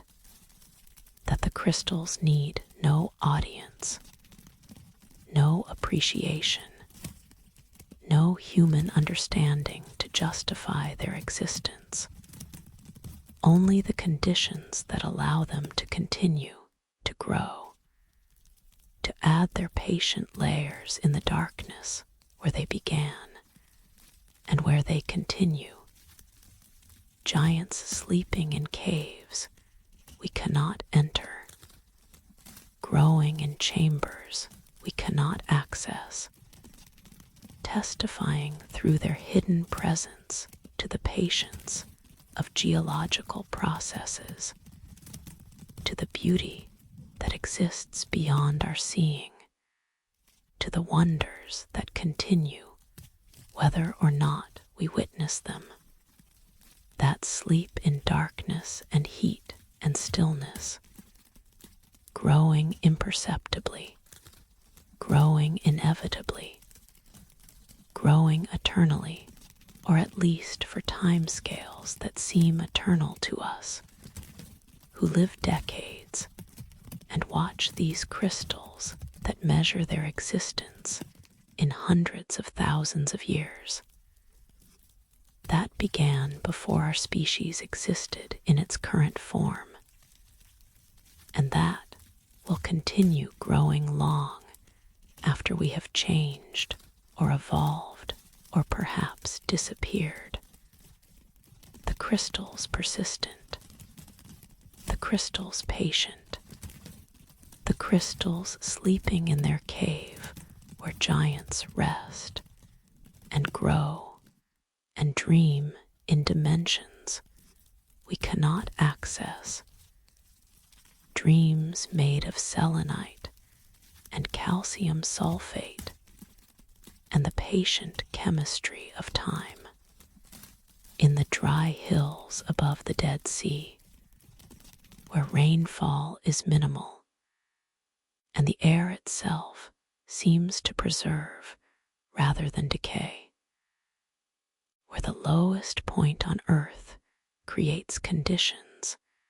that protected what normal climates would have destroyed. Bedouin shepherds in 1947 threw stones into cave openings they noticed in the cliffs, heard the sound of pottery breaking, investigated and found jars containing scrolls wrapped in linen, texts that had rested in these chambers for approximately 2,000 years, hidden when Roman legions approached Jerusalem, when the Jewish revolt was failing, when whoever held these texts decided preservation was more important than possession, that hiding them was safer than protecting them, that the caves and the desert dryness and the sealed jars would maintain what human custody could not. The Dead Sea Scrolls, as they came to be called, represent the oldest known manuscripts of biblical texts, predating by 1,000 years the previous oldest complete Hebrew Bible, revealing how Scripture evolved, how the text was fluid rather than fixed in antiquity, how different communities maintained different versions, with variations that range from minor spelling differences to significant textual additions or omissions, showing us that what we think of as the Bible was in active development, was being standardized, was not yet finalized when these scrolls were copied and hidden. But the scrolls contain more than biblical texts. Among the roughly 900 documents found in 11 caves around Qumran are sectarian texts, works that reveal the beliefs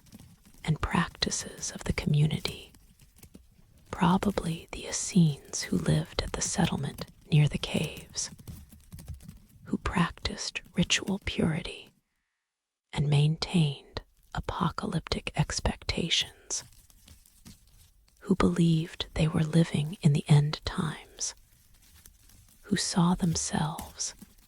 as the righteous remnant preparing for divine intervention, for the coming war between the sons of light and the sons of darkness, for the final battle that would establish God's kingdom and reward the faithful while destroying the wicked. The community rule describes their organization, their governance structure, their admission requirements, their practices of communal meals and ritual bathing, and the strict discipline that governed life in the settlement. The Damascus document outlines legal interpretations that differed from mainstream Judaism, showing diversity in Second Temple Jewish practice, showing that what would become Rabbinic Judaism was one option among many, not the only or inevitable form that Jewish religion would take. The temple scroll describes an ideal temple, larger and more elaborate than the second temple that stood in Jerusalem, revealing either a vision of future construction or a critique of the existing temple, a statement that the current worship was insufficient, was compromised, needed to be replaced by the perfect temple that God would reveal or establish when the end times came, when the righteous were vindicated and the corrupt were overthrown. And there are the Pesharim commentaries on biblical prophets that interpret the ancient texts as predictions of contemporary events, that read Isaiah and Habakkuk as though they were describing the Roman occupation and the conflicts of the 1st century BCE and CE, that demonstrate how communities make ancient texts relevant by finding in them references to their own situations, their own struggles, their own hopes for divine intervention. The scrolls survived because the conditions were perfect for preservation. The extreme dryness of the Dead Sea region, among the lowest and driest places on earth, the sealed jars that created microenvironments protecting the manuscripts from what little moisture exists, the darkness of the caves that prevented light damage, the lack of human habitation after the Roman suppression of the revolt, meaning the caves remained undisturbed for 2 millennia. The scrolls waiting in their jars, waiting in their darkness, waiting for the moment when a shepherd's idle stone would reveal them, would begin the process that would see them excavated and studied and become perhaps the most important manuscript discovery of the 20th century. The implications are profound. The textual variants show that Scripture was not fixed, not immutable, not preserved exactly across centuries. The Masoretic text, the authoritative Hebrew Bible used by Jewish communities, represents one textual tradition among several that existed in antiquity. The scrolls preserve other traditions, other readings, other versions that reveal the fluidity of scriptural transmission before the text was standardized, was fixed, was determined to be this version, and not those others that circulated, that were copied, that were apparently equally authoritative to the communities that preserved them. This troubles fundamentalist assumptions about biblical inerrancy, about the exact transmission of divine words, about Scripture as unchanging across time. If different communities had different versions, if scribes made changes deliberate or accidental, if the text evolved and developed and only later became standardized, then the idea that every word, every letter was divinely dictated and perfectly preserved becomes difficult to maintain, becomes something that requires faith rather than evidence, becomes theological claim rather than historical reality. But for scholars, the scrolls are treasure. They provide Hebrew manuscripts 1,000 years older than what was previously available, allowing textual comparison, allowing the reconstruction of how the biblical text developed, how it was transmitted, how it changed over time. They provide context for Second Temple Judaism, the period between the Babylonian exile and the Roman destruction of the temple in 70 CE, a formative period for both Judaism and Christianity, a period we knew mostly from later sources, but now have contemporary documents from, texts written by people living through the events rather than recalling them from distance, and they illuminate the world Jesus and his followers inhabited, the religious diversity of the time, the various Jewish sects and their interpretations, the apocalyptic expectations that were widespread, the sense that the current order was corrupt and that divine intervention was imminent, that God would act soon to establish justice, to reward the faithful, to punish the oppressors, to create the kingdom that prophets had promised and that believers were watching for, were preparing for,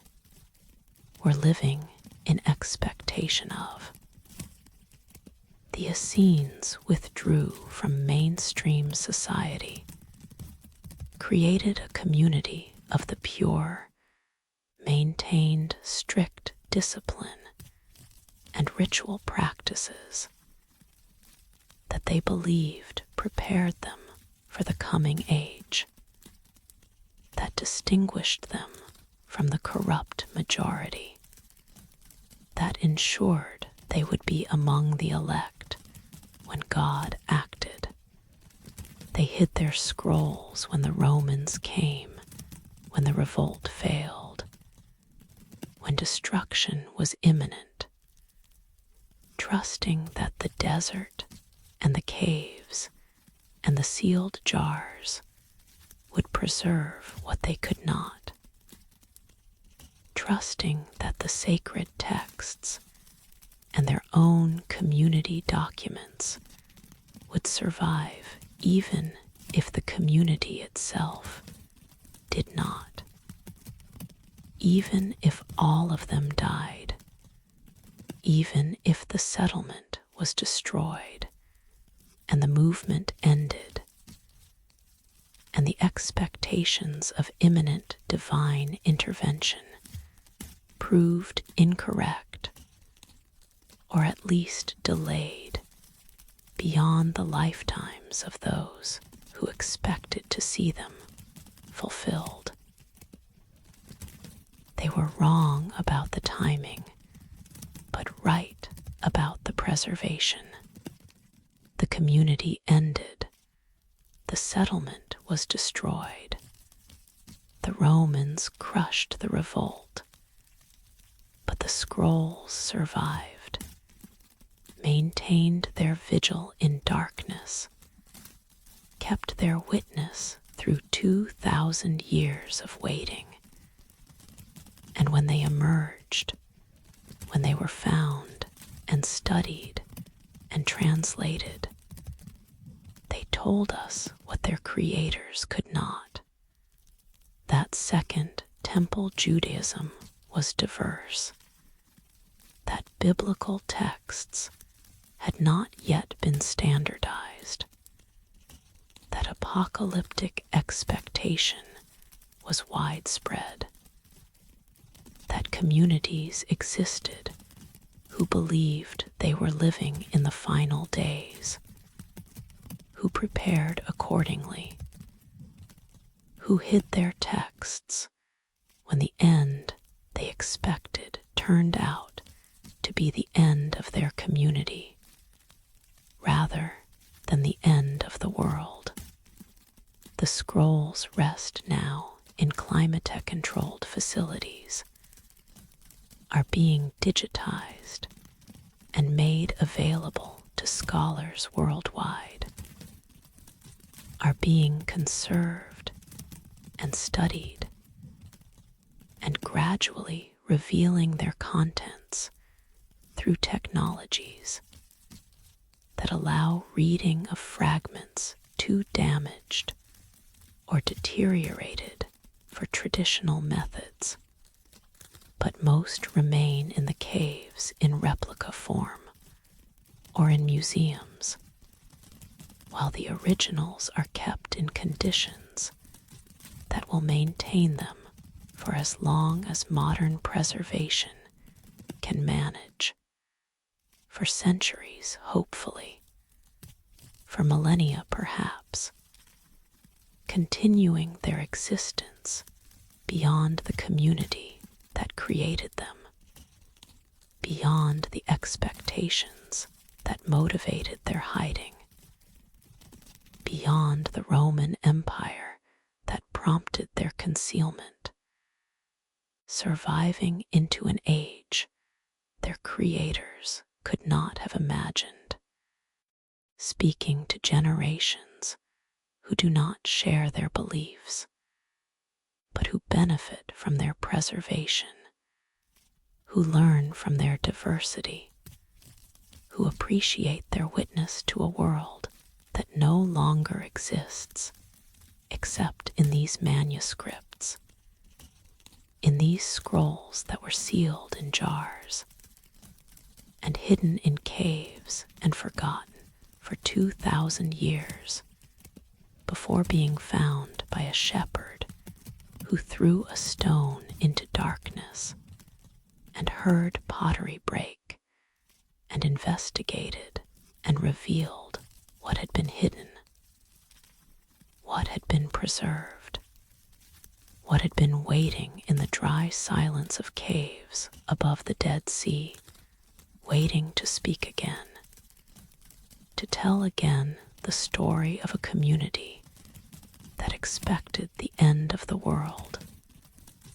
and instead experienced the end of their community, that hid their texts for safekeeping and could not have known that the safekeeping would last 2 millennia, that the texts would outlast the temple they described and the beliefs they contained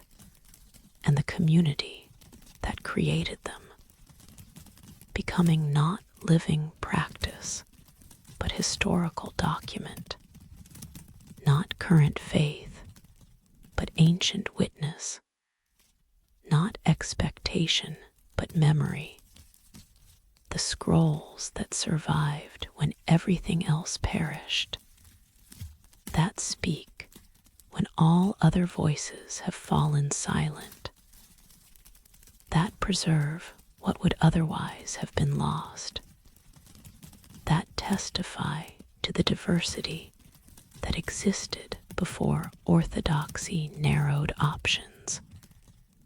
before the text was fixed, before the questions were settled into answers, that these scrolls remind us were once questioned, were once debated, were once part of living traditions that competed and conflicted and eventually won one. One became dominant. One became Judaism and Christianity, while others faded, disappeared, left no trace except these scrolls, these witnesses, these voices from caves speaking still to those who listen, who study, who recognize in these ancient texts the same questions we still ask, the same hopes we still harbor, the same expectations that the world will change, that justice will come, that the righteous will be vindicated, that waiting will be rewarded, that the scrolls we hide will be found,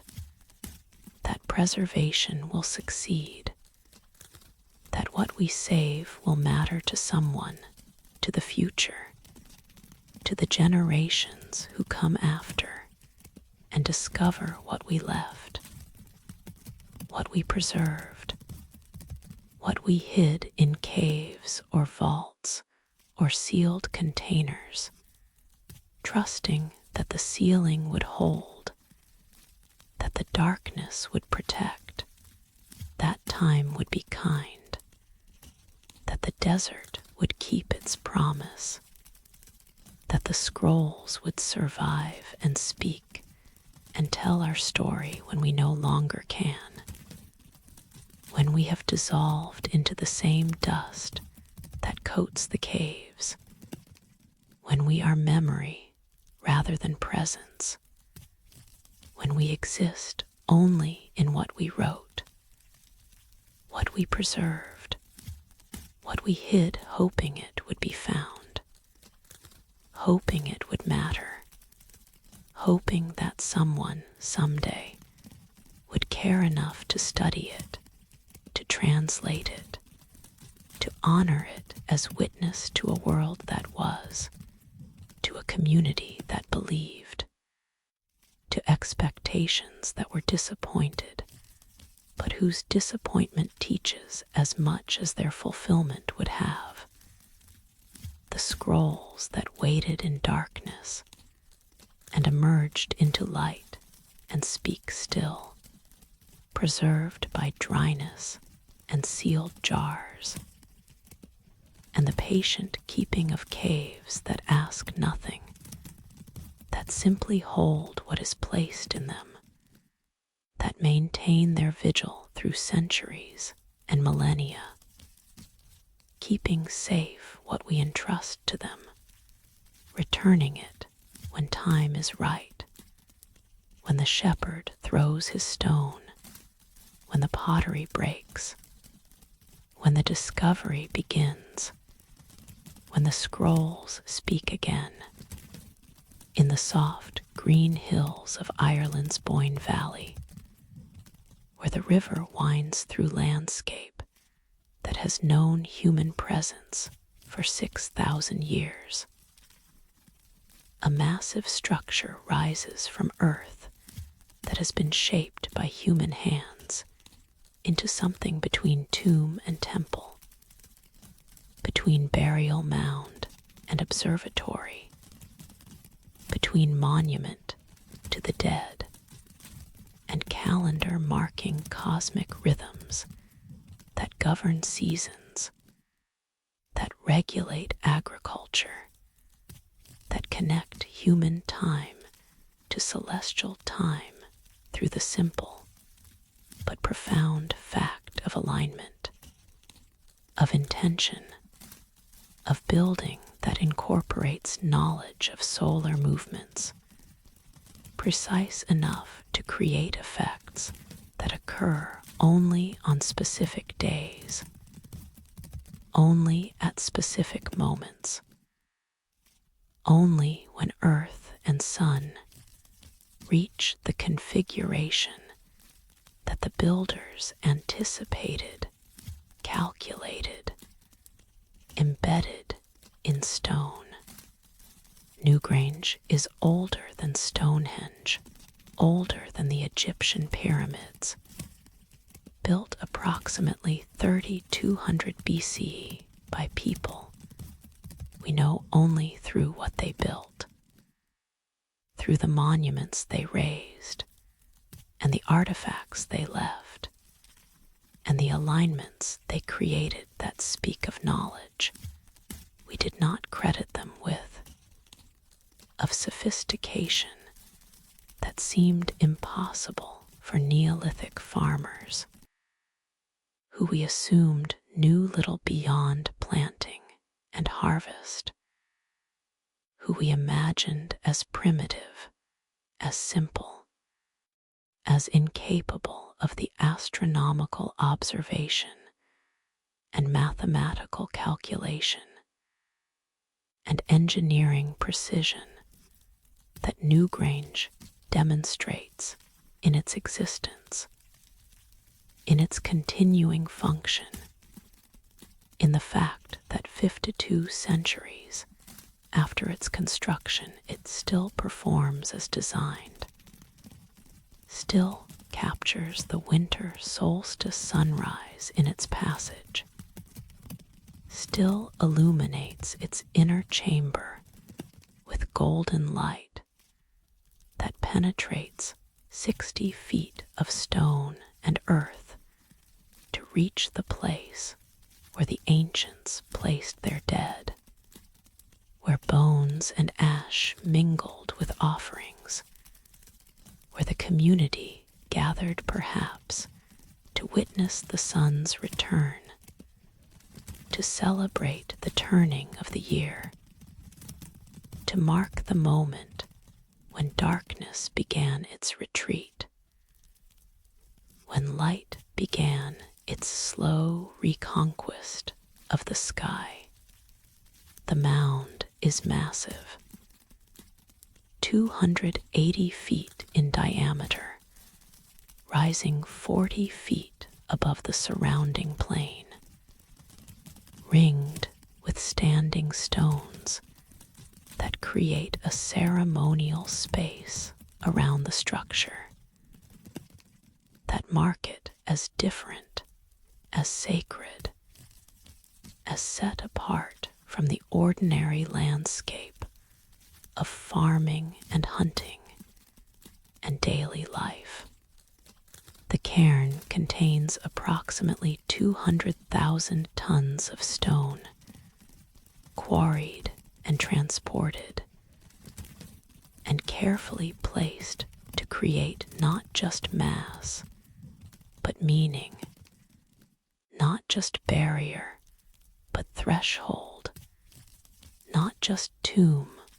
but instrument. The passage runs from the entrance straight to the heart of the mound, oriented precisely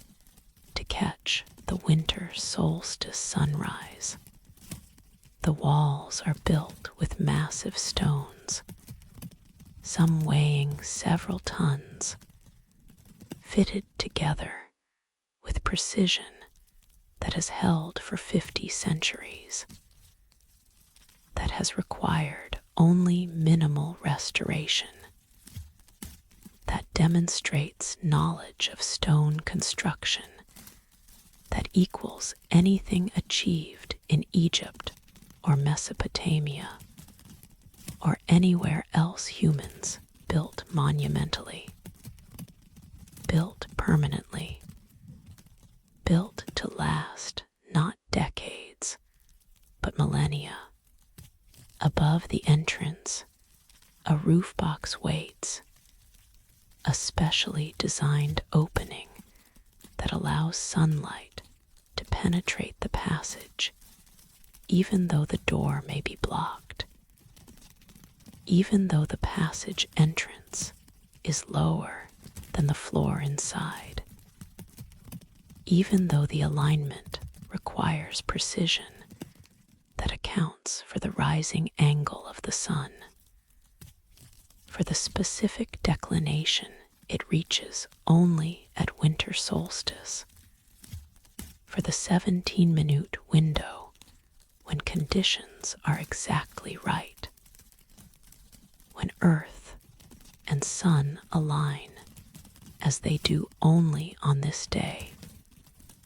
only at this time, only when the year reaches its darkest point and begins, imperceptibly at first, but inevitably, its return to light. On December 21st, or the days immediately surrounding it, as weather and atmospheric conditions can affect visibility, the sun rises over the horizon southeast of the mound. Its rays strike the roof box, penetrate the passage, illuminate the corridor that on every other day of the year remains in darkness, reach deeper as the sun rises, eventually flooding the central chamber with golden light that transforms the stone, that illuminates the carvings on the massive stones that form the chamber, wall spirals and lozenges, and geometric patterns whose meanings we can only guess, but whose presence speaks of care, of intention, of the desire to mark sacred space with sacred symbols, to create beauty even in chambers that might never be seen, that would be sealed after burial, that existed more for the dead than for the living. The light lasts 17 minutes. As the sun continues its climb, the angle changes, the rays withdraw, the passage returns to darkness. The phenomenon is over for another year, will not recur until Earth completes its orbit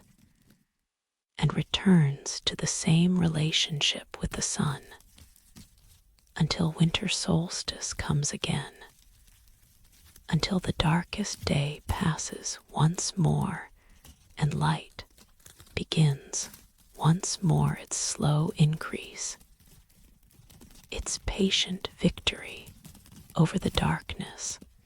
that can never be permanent, that must always surrender to the returning light. What did this mean to the people who built Newgrange? Why invest such enormous labor, generations of labor,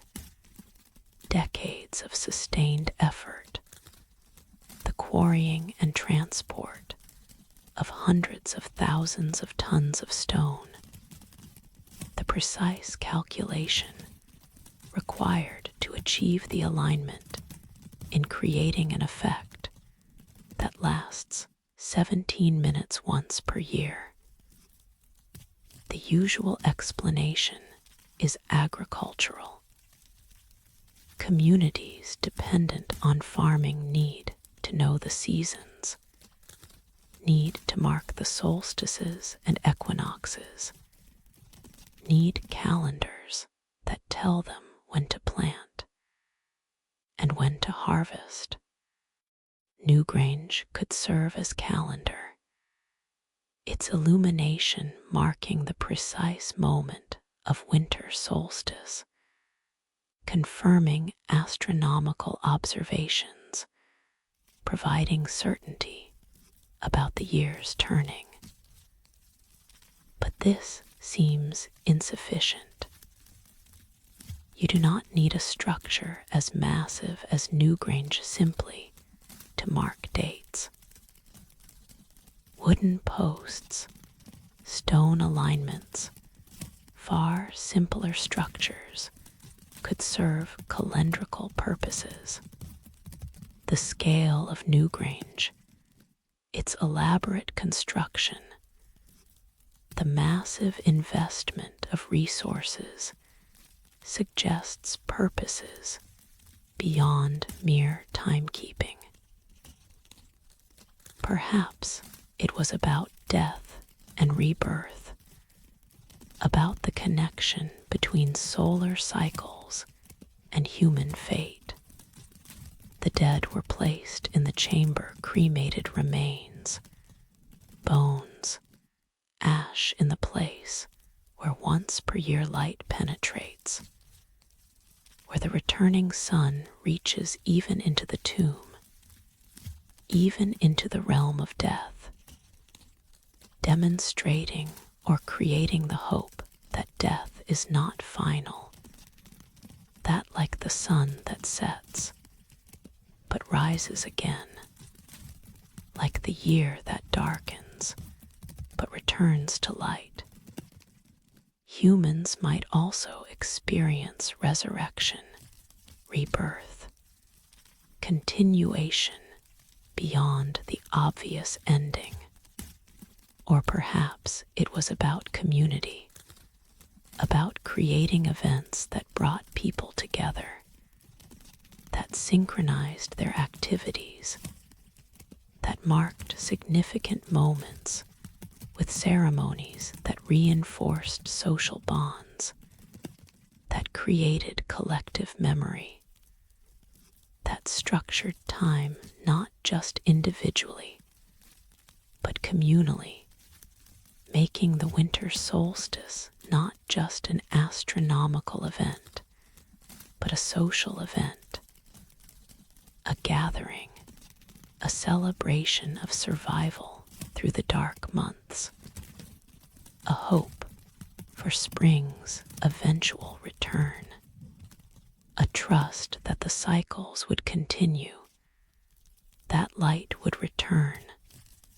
that the cosmos was reliable, was predictable, was something humans could understand and participate in through the monuments they built, the observations they maintained, the care they invested in creating structures that connected them to celestial rhythms larger and more permanent than any individual life. The carvings suggest symbolic thought of high sophistication. Triple spiral that decorates the entrance stone appears nowhere else in Neolithic art with such prominence, such perfect execution. What did it mean? The three realms: earth, sea, sky.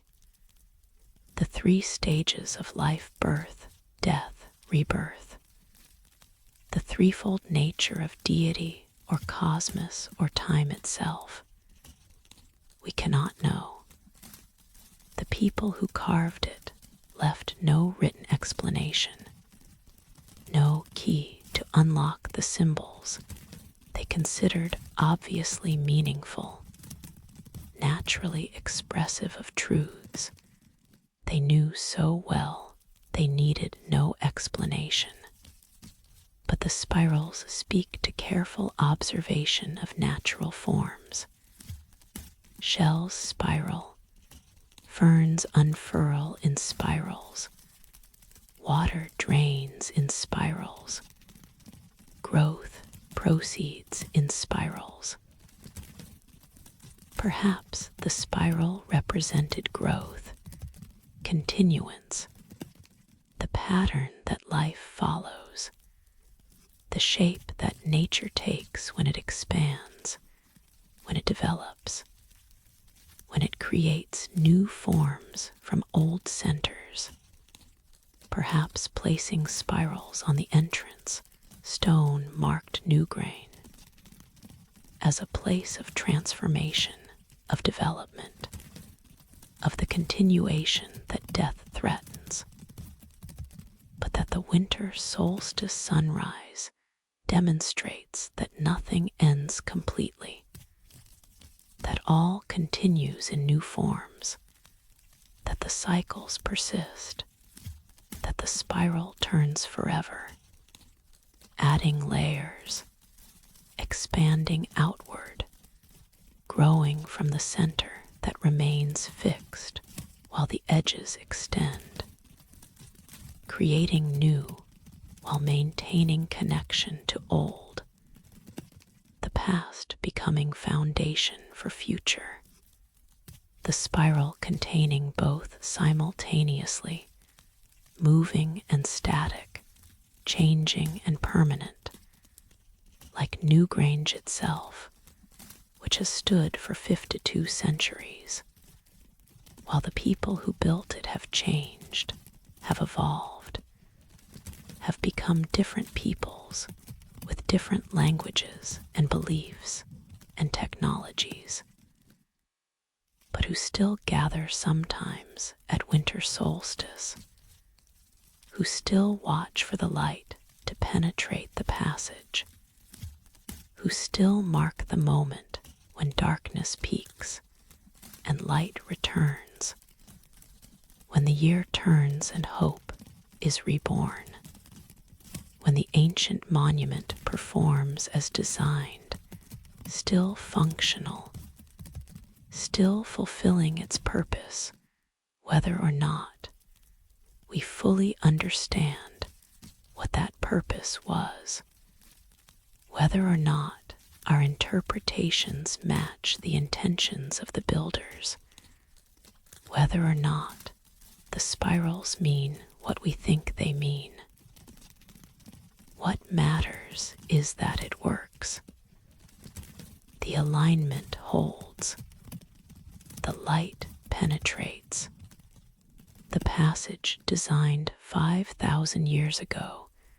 still captures the winter solstice sunrise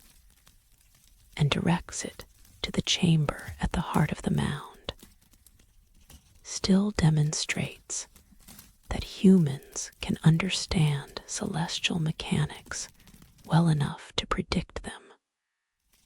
well enough to build for them, well enough to create monuments that participate in cosmic rhythms, that connect earth to sky, that mark time not just in days or seasons, but in the great cycles that regulate all life on this planet, that determine when light comes and when darkness falls, when warmth arrives and when cold descends, when growth is possible, and when survival requires endurance, patience, faith that the light will return because it always has, because the cosmos is reliable, because Newgrange has been demonstrating this reliability for 52 centuries and will demonstrate it for centuries more, for as long as the stones stand, for as long as the alignment holds, for as long as the sun rises in the southeast on December 21st and sends its rays through the roof box and down the passage and into the chamber where the dead wait and the living gather, and the ancient mystery performs again. Light reaching into darkness, sun penetrating stone. the cosmos keeping its appointment with the monument that was built to mark it, to honor it, to participate in it, to say through stone and effort and the alignment of massive structures that we see you, we track you, we build for you, we connect ourselves to you through monuments that outlast us,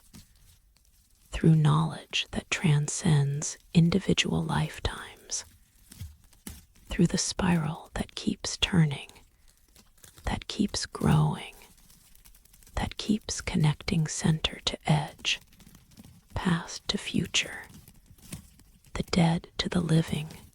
darkness to light, the winter to the spring that follows, the solstice to the rebirth it promises, the tomb to the temple, the burial to the renewal, the ending to the beginning that is also ending, the cycle that continues, that persists, that the light in the passage demonstrates once each year for 17 golden minutes when Newgrange remembers, when the stones fulfill their purpose, when the ancient builders speak to us still through the alignment they created, through the light they captured, through the hope they preserved in stone that stands, in passages that wait, in chambers that hold the light when light comes, that release it when light withdraws, that mark the rhythm of the year, the turning of the season, the victory of light over darkness that is temporary, that requires renewal, that Newgrange has been celebrating for 52 centuries and celebrates still. Patient as stone, reliable as the sun, enduring as the hope that built it, that aligned it, that trusted that the light would return because it always does, because the cosmos keeps its promises, because Newgrange was built on faith in continuance, in renewal, in the spiral that turns forever, in the light that penetrates darkness, in the sun that rises even on the darkest day, especially on the darkest day, returning as it must, as it will, as it has for 52 centuries, as it will for centuries more, the light in the passage, the alignment holding, the monument speaking, saying without words what words cannot say. The light returns, the cycle continues. The darkness is not final. The solstice is threshold. The tomb is temple, the death is doorway. The ending is beginning. The spiral turns, the sun rises. The light penetrates. Newgrange remembers, Newgrange performs. Newgrange demonstrates that we built well. We calculated correctly. We understood enough to create monuments that work, that function, that speak still to those who gather, who witness, who stand in the passage when light comes and recognize that some knowledge transcends words. Some truths require monuments. Some hope is best expressed in stone, aligned to catch the returning sun, to mark the moment when darkness peaks and light begins its slow, inevitable return. The cycle that Newgrange has marked for 52 centuries, the hope it has preserved, truth it has demonstrated, the light it has captured 17 minutes each year, the ancient monument still performing, still teaching, still speaking through the alignment, through the passage, through the chamber where light touches darkness briefly, transforms it temporarily, promises its return eventually. The eternal cycle, the spiral turning, the light in the passage, Newgrange, on the island of Crete, largest of the Greek islands, in the palace complex at Knossos, that once housed the ruling elite of Minoan civilization. Passages wind through multiple levels. Stairs connect rooms without apparent logic. Corridors lead to dead ends or circle back to where they started, creating genuine confusion for modern visitors who navigate with maps and signs, and still sometimes find themselves lost, disoriented, uncertain how to return to the entrance or proceed to the rooms they seek. This is the labyrinth, or might be, or might have inspired the myth that still defines how we imagine Knossos, the maze that King Minos built to house the Minotaur, the monster half-bull, half-human born from divine punishment, fed with tribute of Athenian youths and maidens, until Theseus arrived, volunteered as tribute, penetrated the labyrinth using Ariadne's thread to mark his path, slew the Minotaur, and followed the thread back to daylight, back to escape, back to Athens, where he became king. Though he abandoned Ariadne on Naxos, though the myth continues in directions that concern other matters, other themes, other iterations of the archetypal hero's journey. But beneath the myth, archaeology. The palace at Knossos is real, was excavated beginning in 1900 by Arthur Evans, who bought the site and spent decades uncovering the Minoan civilization, documenting its art and architecture, and controversially reconstructing large portions of the palace based on his interpretations of what had collapsed, what had eroded, what the original structures would have looked like. The reconstructions are beautiful, but speculative, brightly painted columns and frescoes that capture Evans's vision of Minoan aesthetics. But that might not match the historical reality that impose early 20th century assumptions about color and design onto Bronze Age architecture, creating something that is partly authentic and partly fantasy, partly Knossos as it was, and partly Knossos as Evans imagined it should be. But setting aside the reconstructions, the genuine labyrinthine quality remains. The palace sprawls across several acres, contains approximately 1,300 rooms connected by passages and stairs that follow no obvious organizing principle, that seem designed more for defense or ritual than for convenience. that create confusion even when you know the layout, that could easily trap someone unfamiliar with the complex, that could indeed serve as maze if serving as maze was the intention. Was it? The word labyrinth itself might derive from labres, the double symbol that appears throughout Minoan art,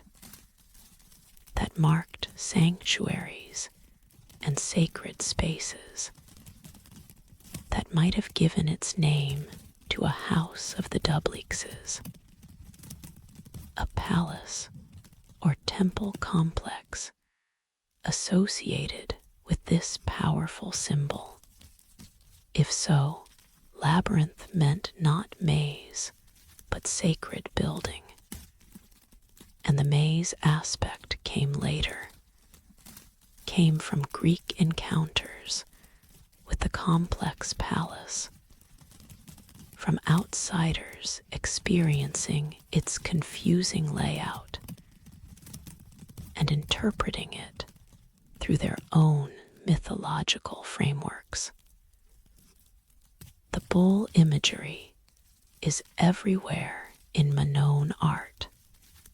The famous bull-laping fresco shows youths, both male and female, performing acrobatic feats over charging bulls, grasping horns and vaulting over the animal's back in displays that might have been sport, ritual, religious ceremony, proof of courage, or all of these. The bulls were sacred to Minoans, represented power and fertility, and the potency of the divine appeared in art and in ritual contexts, and possibly in actual ceremonies conducted in palace courtyards where bulls were kept, where young athletes performed their death-defying leaps. So the myth of the Minotaur might preserve distorted memory of actual practices. Bulls in the palace, youths performing dangerous rituals involving bulls, perhaps occasional deaths when the acrobatics failed, when the bull's horns caught the leaper, when the performance ended in tragedy that would be remembered, would be transmitted, would be transformed over centuries of retelling into the story of the monster, the tribute, the sacrifice, and the tribute itself. Athens supposedly sent 7 youths and 7 maidens every 9 years to be devoured by the Minotaur might echo actual relationships between Mycenaean Greece and Minoan Crete. Crete was powerful during the Bronze Age, dominated Mediterranean trade, exacted tribute from smaller powers, might indeed have demanded human labor or human lives from Athens or other Greek cities, demands that would be remembered resentfully, would be encoded in mythology as the monstrous Minotaur consuming innocent victims, until the hero comes, until Theseus breaks the cycle, until Athens asserts its independence and ends the tribute that the myth represents as monster feeding. But that might have been more prosaic slavery or forced labor or the ordinary brutality of empire. The thread is the genius of the myth. Ariadne, daughter of Minos, falls in love with Theseus, gives him thread to mark his path into the labyrinth, so he can find his way out after slaying the Minotaur. The thread becomes symbol of connection, of guidance, of the saving relationship that allows penetration of mystery without being lost in it, of the way love or wisdom or divine aid allows navigation of complexities that would otherwise overwhelm, that would trap us in confusion, that would leave us wandering lost until we perish. Following the thread means following the path back to origin, back to safety, back to the entrance that is also exit, back to the daylight that waits beyond the labyrinth's darkness. It means maintaining connection to where you started while exploring where you're going, keeping tethered to the known while investigating the unknown, trusting that the thread will hold, that the connection will persist, that return is possible even when you venture deep into the maze, deep into the complexity, deep into the confusion that seems designed to prevent escape, designed to trap, designed to consume. But perhaps labyrinth and maze are different. A maze has false paths, dead ends, choices that lead to failure. A labyrinth has one path that winds and doubles back, but eventually reaches the center. That requires no choices, only patience, only following the single path that loops and spirals, but never offers alternatives, never tests with decision points, never threatens with wrong turns because there are no wrong turns. Only the path, winding but clear, complex but singular, bringing everyone who walks it to the same center, the same core, the same heart of the labyrinth where transformation occurs, where the monster waits or the divine reveals itself, or the walker simply arrives at the destination that the labyrinth exists to provide access to. Medieval cathedrals sometimes incorporated labyrinths in their floors, paths made of stone or tile that worshippers could walk as spiritual exercise, as pilgrimage in miniature, as meditative practice that brought them through winding paths to the center where they could pray, could contemplate, could experience the arrival that the labyrinth facilitated, the reaching of the sacred center that ordinary straight paths could not provide, that required the winding, the patience, the trust that the path leads somewhere, even when it seems to double back, even when it brings you close to the edge, only to turn inward again, even when you seem to be moving away from the center, only to discover you've been spiraling closer all along. Knossos might have been both or neither, might have been palace with confusing layout, that inspired May's myths might have been sacred labyrinth with intentional winding path that facilitated ritual, might have been simply large, complex building that Bronze Age kings required to house their bureaucracy, their storage, their ceremonies, their daily life, and that later ages interpreted through mythological lenses, because the physical reality was easier to understand as story than as the archaeological remnant of a lost civilization whose purposes and practices we can only partially reconstruct.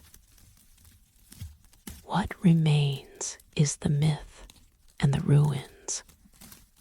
intertwined so thoroughly that separating them is perhaps impossible,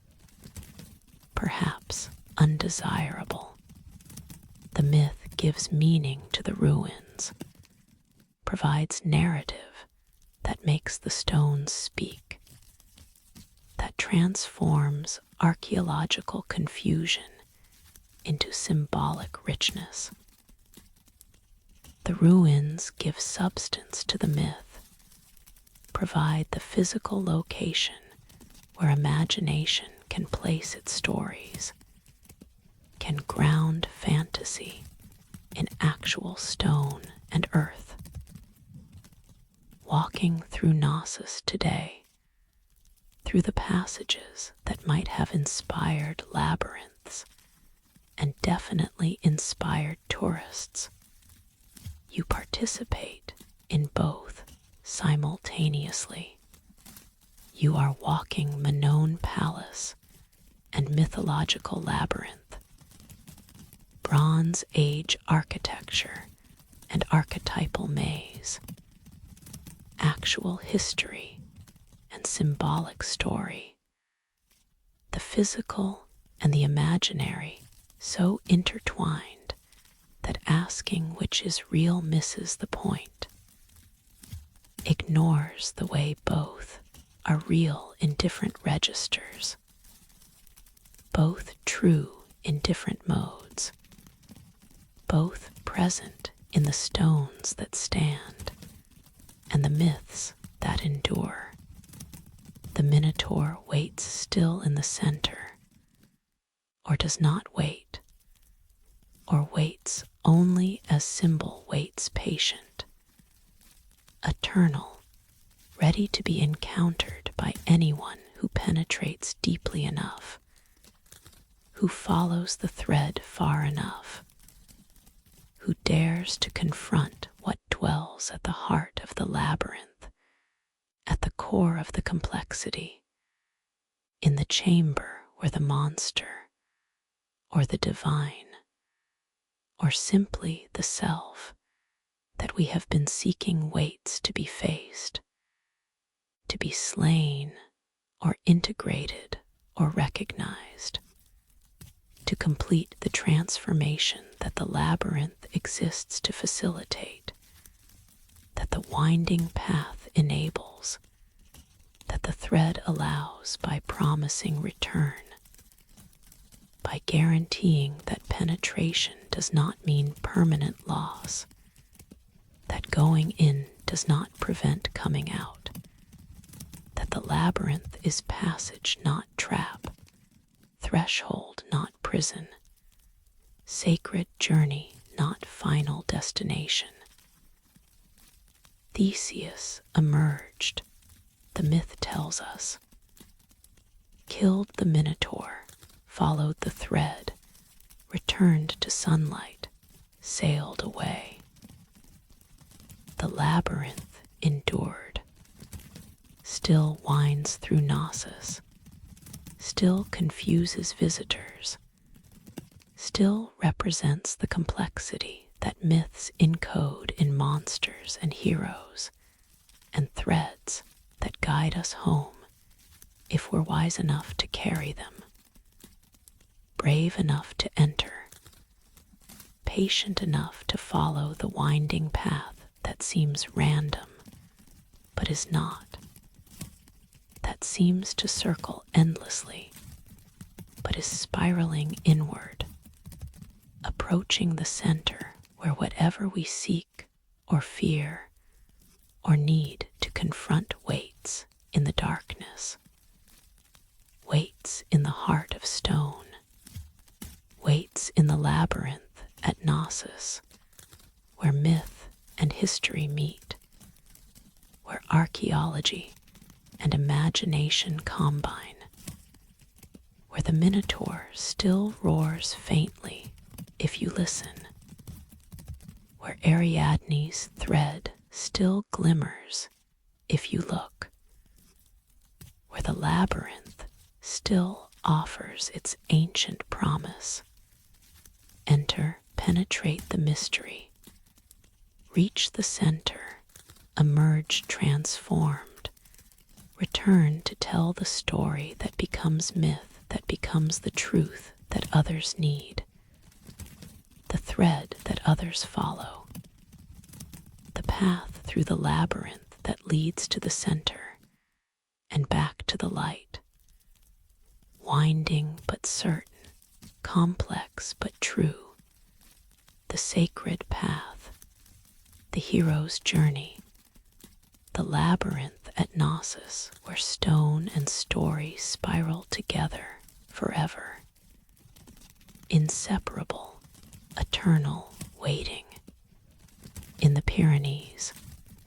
where France meets Spain across mountains that have known human presence since before the glaciers retreated, since the time when Europe was tundra and mammoth herds grazed where forests now grow. There is a cave that holds not just images, but sounds, not just paintings,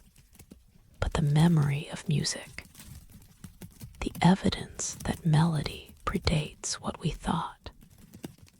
that humans were making intentional sound, creating beauty through organized vibration, producing what we recognize as music long before agriculture, before cities, before any of the markers we use to measure civilization. Isturit's cave has yielded flutes carved from vulture wing bones, hollow tubes with finger holes drilled at precise intervals, instruments that are still playable 35,000 years after they were made, that still produce pentatonic scales when modern musicians blow through them, that still create melodies that sound eerily familiar despite originating in a time so distant that everything about the culture that created them has dissolved except these bone fragments, these carefully crafted instruments that speak of aesthetic sense, of the understanding that sound could be controlled, could be shaped, could be made beautiful. The flutes are not crude. They are sophisticated instruments, their finger holes placed with precision that required understanding of acoustics, that demanded trial and error, that speaks of musical tradition rather than single innovation. Someone did not simply discover that blowing across a hollow bone produces sound and then drill random holes. Someone, many someones across generations experimented, refined, discovered which hole placements produced which intervals, which combinations created pleasing scales, which patterns allowed the playing of melodies that we can only imagine, but that the flutes themselves suggest were complex, were intentional, were music in the full sense. Why music? The question troubles researchers who study Paleolithic culture because music serves no obvious survival function. It does not feed you, does not shelter you, does not protect you from predators, or help you hunt prey. It is, in the most basic sense, unnecessary a luxury, an embellishment, something that should emerge late in cultural development after the practical necessities are secured, after food and shelter and safety have been achieved, and surplus resources allow the exploration of non-essential activities. But the flutes prove otherwise. Music is ancient, is fundamental, emerged alongside or before many technologies we consider basic. Paleolithic peoples made music before they made pottery, before they domesticated animals, before they settled into permanent villages. They carved flutes and played them, created melodies and presumably sang, produced organized sound that served purposes we can reconstruct only partially, that might have been entertainment or ritual or communication with spirits, or all of these simultaneously. The cave itself is an instrument. Acoustical studies reveal that certain chambers amplify sound in specific frequency, ranges, particularly the range of human voice, particularly male voice, particularly the deep chanting that appears in shamanic practices across many cultures. Strike a stone against the wall in certain locations, and the cave resonates, rings like a bell, creates overtones that fill the chamber with sound that seems to come from everywhere and nowhere. That surrounds you. That makes the stone itself seem alive, seem vocal, seem to be participating in the music rather than merely reflecting it. And the paintings cluster where the acoustics are best. This cannot be coincidence. The people who painted bison and horses and ibex on the cave walls chose locations, not just for visibility or convenience, but for their sonic properties, for the way sound behaved in these specific chambers, suggesting that the painted ceremonies involved both visual and auditory elements, that what we see as art was part of multimedia performances that combined image and sound, painting and music, visual representation, and acoustic experience. Imagine the ceremony. People gather in the resonant chamber, carrying torches that make the painted animals seem to flicker and move, creating the illusion of life, of motion, of herds actually running across the stone walls. The flute player begins, a simple melody that the cave amplifies, that echoes from the walls, that seems to come from the painted animals themselves, as if the stone bison is singing, as if the ibex is chanting, as if the boundary between image and reality is dissolving in the music and the firelight and the acoustic magic of the chamber. The chanting begins, male voices in the low range that the cave favors, that it amplifies most powerfully, creating the sensation that the earth itself is singing, that the voices are coming from the stone, from the depths, from the underworld, or the realm of spirits, or simply from everywhere at once, filling the chamber with sound that has no clear source, that seems omnipresent, that creates the sense of being surrounded by presences you cannot see, but can definitely hear, can feel in the vibration of air, in the resonance in your chest, in the way the sound enters not just through ears, but through the whole body. This is shamanic, is trance-inducing, is designed to alter consciousness, to create states where visions come easily,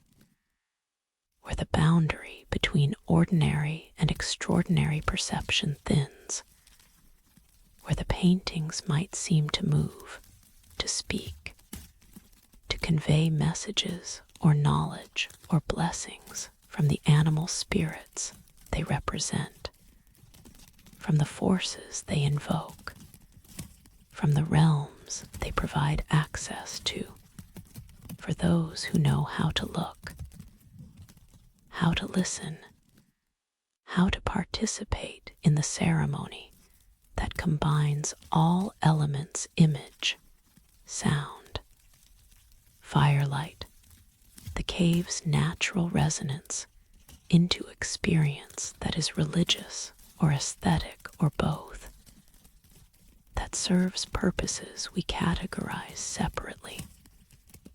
but that Paleolithic peoples might have experienced as unified, as single reality that we have since fragmented into art and music and religion and shamanism and categories that help us analyze, but that miss the synthesis, the wholeness, the way it all worked together. The music was not entertainment separable from other activities. It was integral to ritual, to the ceremonies that connected humans to the animals they hunted, to the spirits they believed animated the world, to the forces they needed to propitiate or honor or simply acknowledge. Playing the flute, chanting in the resonant chamber, striking stones to make the cave ring, these were not performances for audiences, but participatory practices, communal activities where everyone present contributed, where the division between musician and listener did not exist, where making music meant making connection, making relationship with the more than human world that the music addressed, that the music called to, that the music invited into the human realm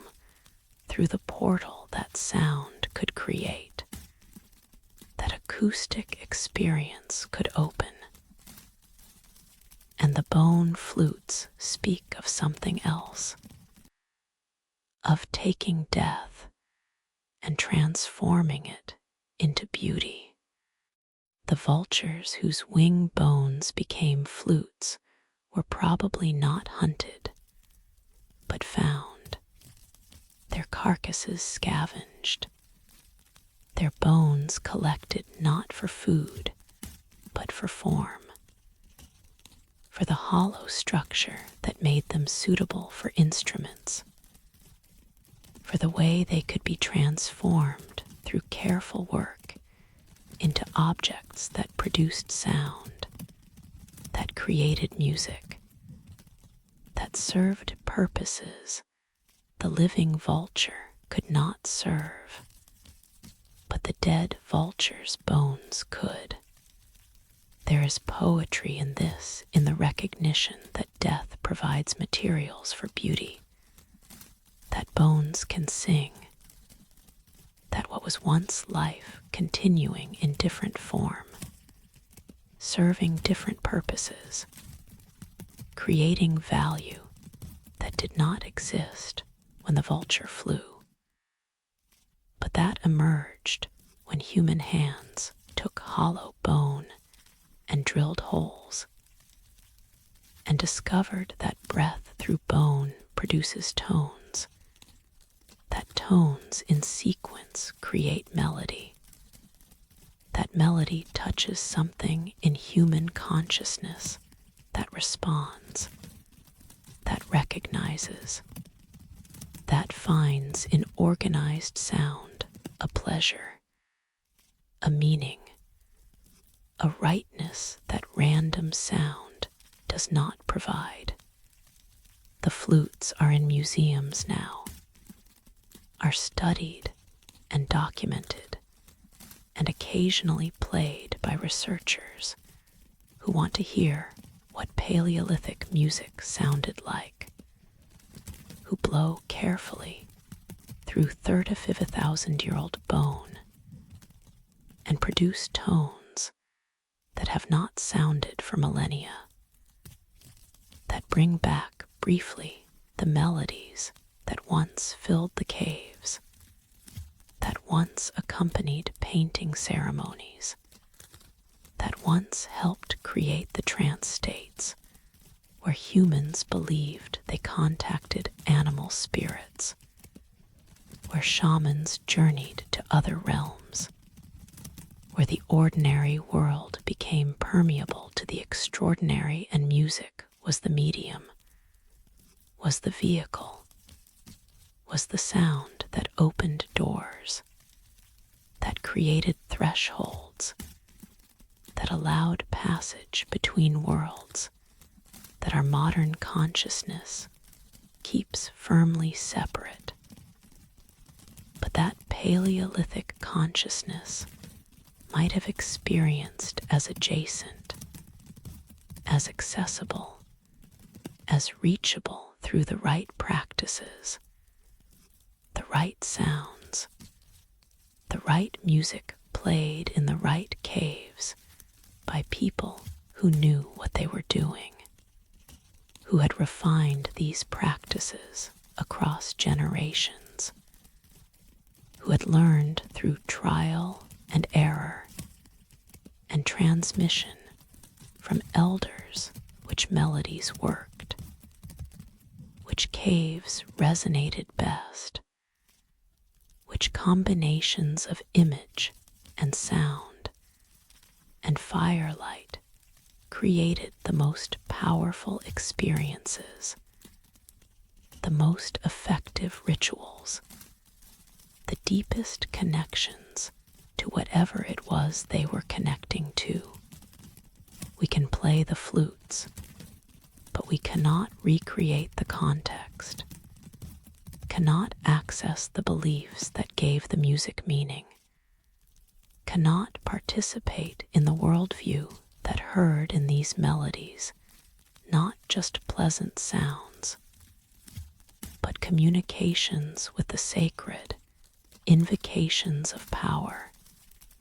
tools for transformation. we can appreciate them as artifacts,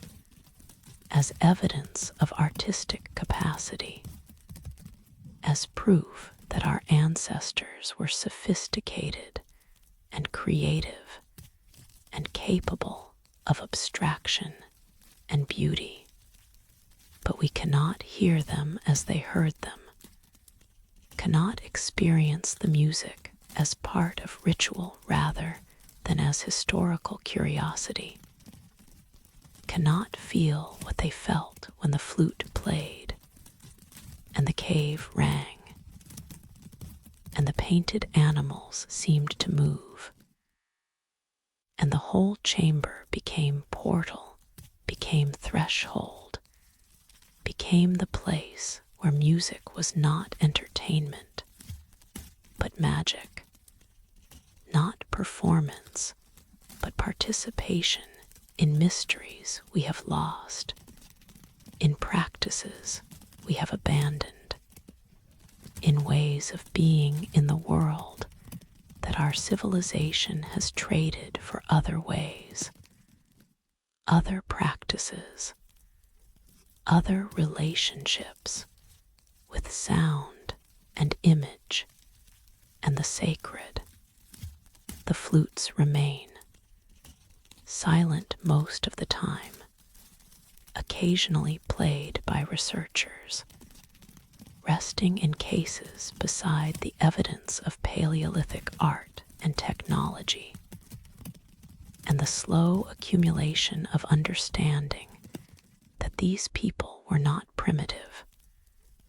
were not simple, were not lacking in the capacities we prize: imagination, creativity, aesthetic sense, the ability to create beauty that serves no immediate survival function, but that serves human needs that transcend survival, that touch the parts of us that need more than food and shelter, that hunger for beauty, for meaning, for the organized sound that we call music, and that we have been making for at least 35,000 years, probably longer, probably since humans had the cognitive capacity to distinguish noise from tone, random sound from organized melody, the ordinary from the beautiful, the cave where music was born, or at least where we have evidence of music being made weights still in the Pyrenees, its chambers still resonant,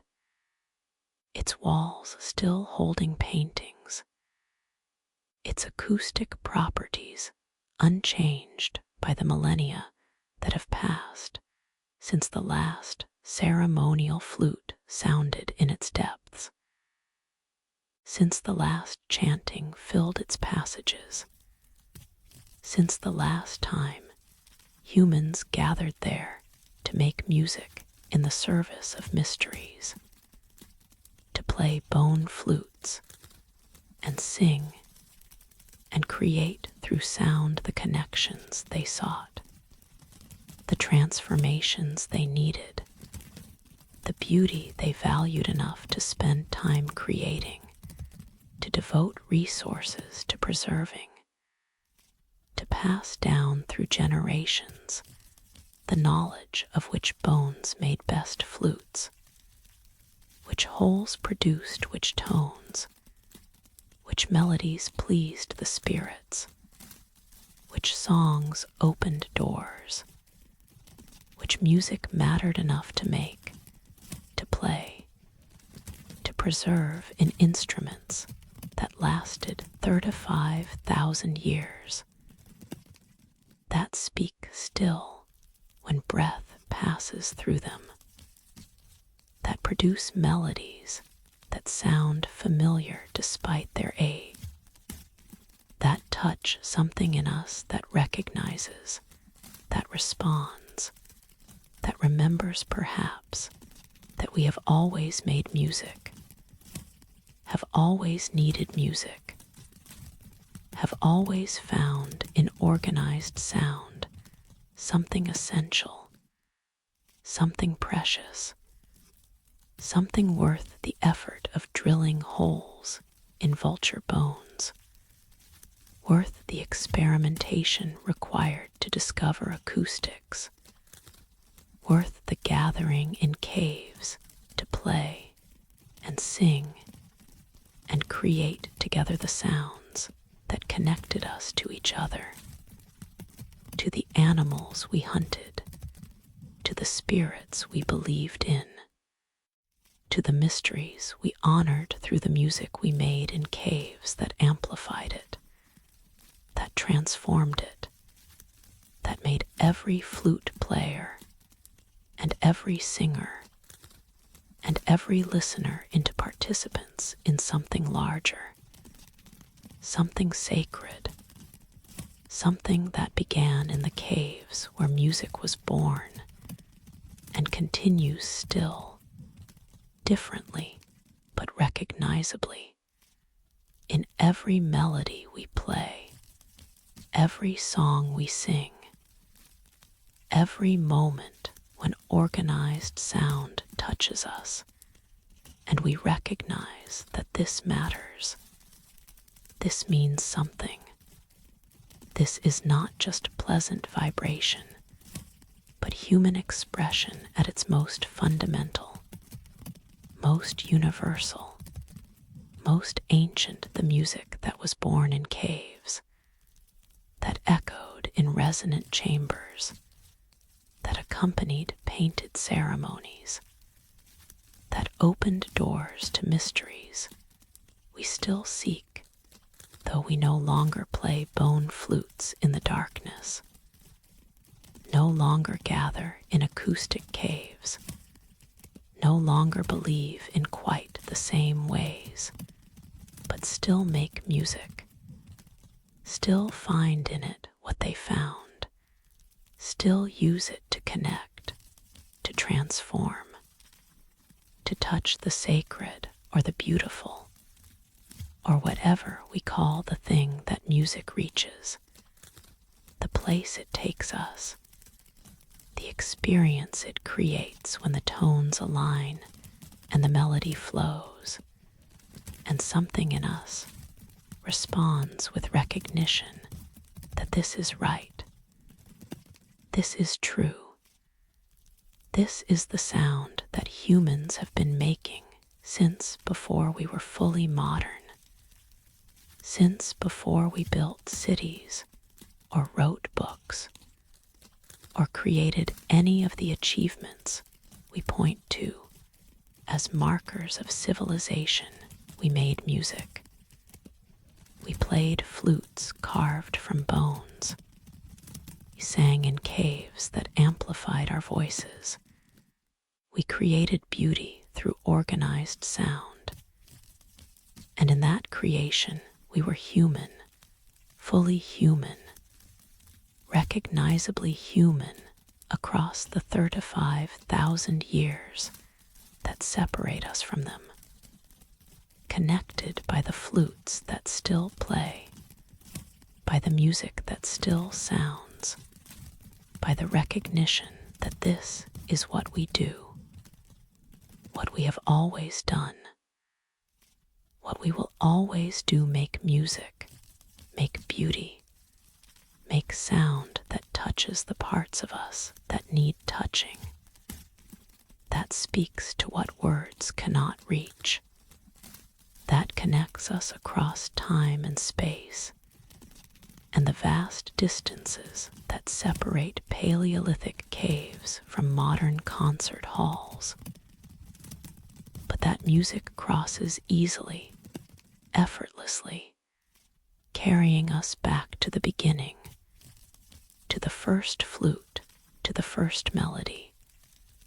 to the cave where music was born, and where it lives still, waiting, patient, ready to sound again when breath passes through bone when the cave resonates, when humans gather to make music in the darkness, in the depths, in the sacred chambers where sound becomes more than sound, becomes magic, becomes the voice of mystery, becomes music. Beneath the streets of Paris,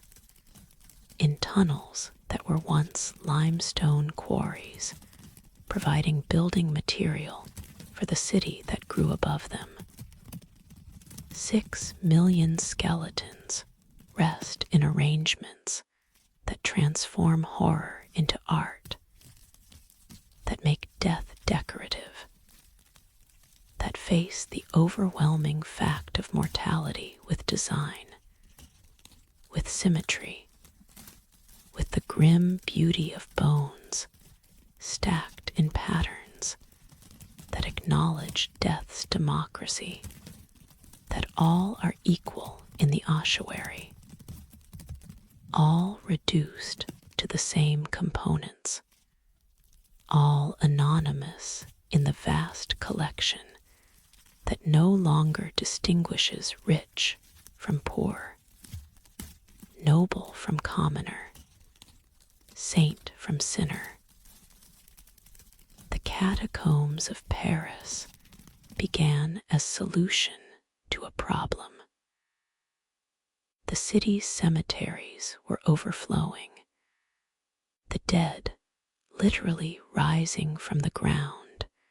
as new burials disturbed old ones, as the soil became more bone than earth,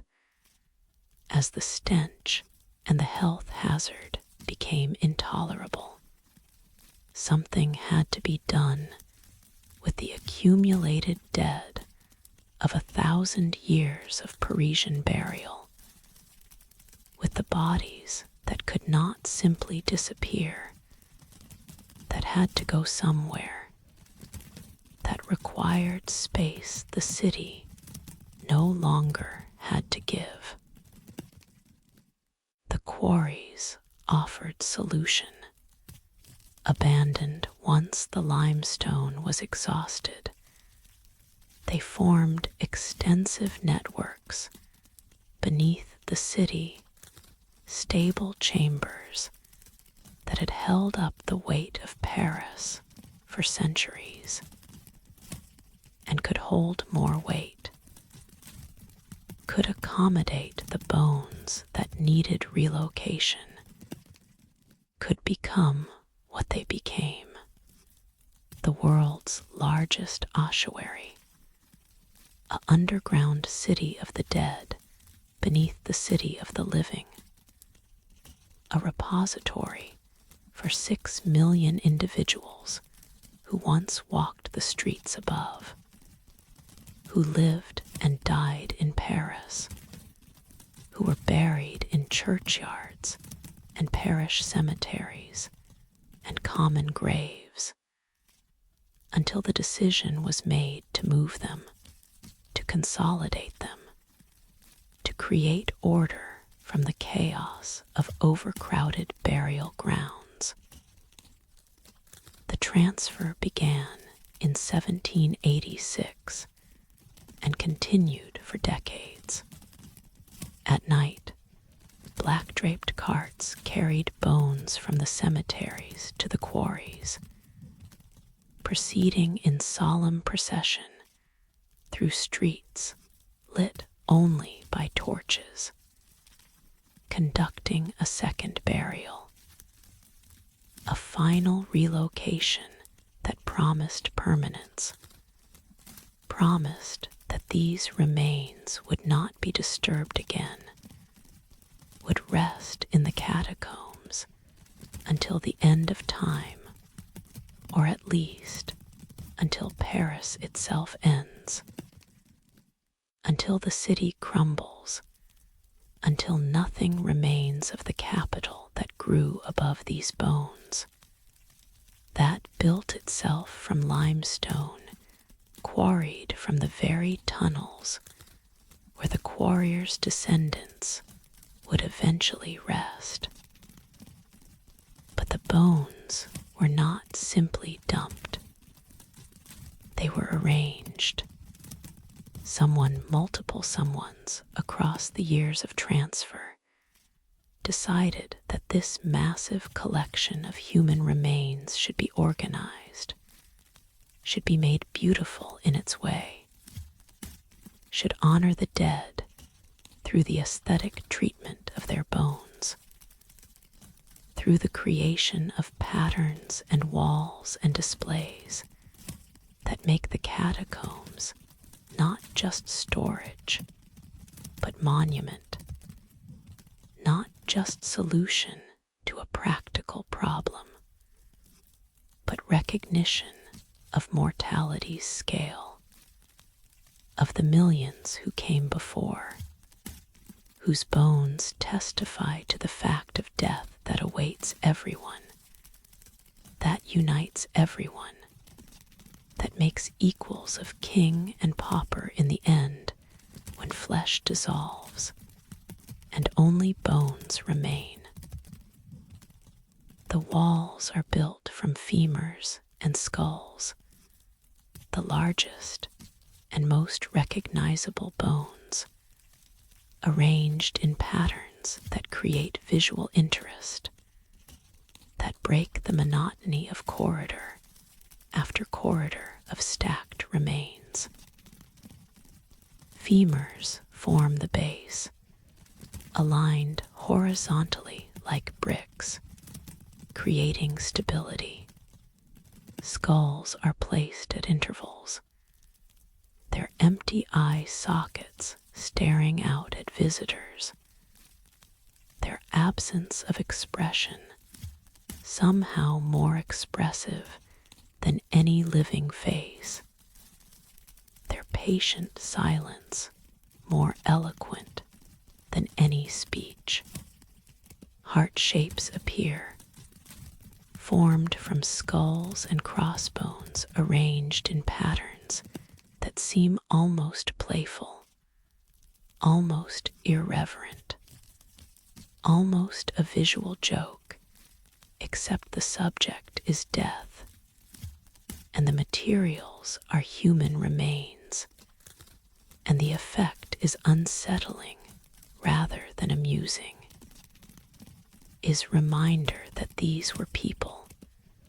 that they had hearts that beat and stopped, that they loved perhaps and were loved perhaps, and are now components in a wall, elements in a pattern, bones among millions of bones in darkness beneath the city they inhabited when inhabitation meant living rather than resting, meant walking streets rather than being stacked beneath them. The inscriptions add gravity. Stop. This is the empire of death. The words mark the threshold, the passage from the ordinary tunnels tourists walk through to reach the ossuary to the chambers where the bones begin, where the dead wait in their millions, where the visitor must acknowledge what they are about to enter, what they are about to witness, what the bones represent beyond their arrangement, beyond their decorative function, beyond the patterns they create. They represent lives, individual existences, the accumulated mortality of a great city across centuries of history. 6 million is incomprehensible. The number is too large to grasp emotionally, too vast to hold in individual awareness. One death we can comprehend, can mourn, can feel the weight of. 6 million becomes statistic, becomes abstract, becomes number rather than reality, which is perhaps merciful, perhaps necessary, perhaps the only way to function when confronted with death at this scale. Mortality accumulated to the point where individual tragedy dissolves into collective presence, into the simple, overwhelming fact of bones. Bones everywhere, walls of bones, corridors lined with bones, chambers stacked with bones from floor to ceiling, the remains of millions in the darkness beneath Paris. Who were they? The question is mostly unanswerable. The bones were moved without records, were mixed and combined and stacked without maintaining individual identity, without preserving the names or dates or any identifying information that would allow recognizing specific individuals. Some were nobles. Surely Paris had its aristocracy, its wealthy families buried in elaborate tombs that meant nothing once the bones were relocated, once the marble monuments were left behind, and only the skeletons were transferred to the catacombs, where wealth and poverty became indistinguishable, where all reduced to the same calcium and phosphorus, the same structure, the same fate. Some were poor, the vast majority probably buried in common graves or parish cemeteries, never marked individually, always part of the collective, anonymous in death as they might have been in life, known to family and neighbors, but not to history, remembered briefly by those who loved them,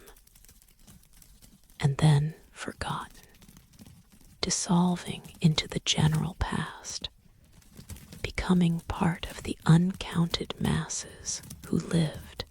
and died, leaving no particular trace except these bones, these fragments that testify to having existed, but not to who they were, what they did,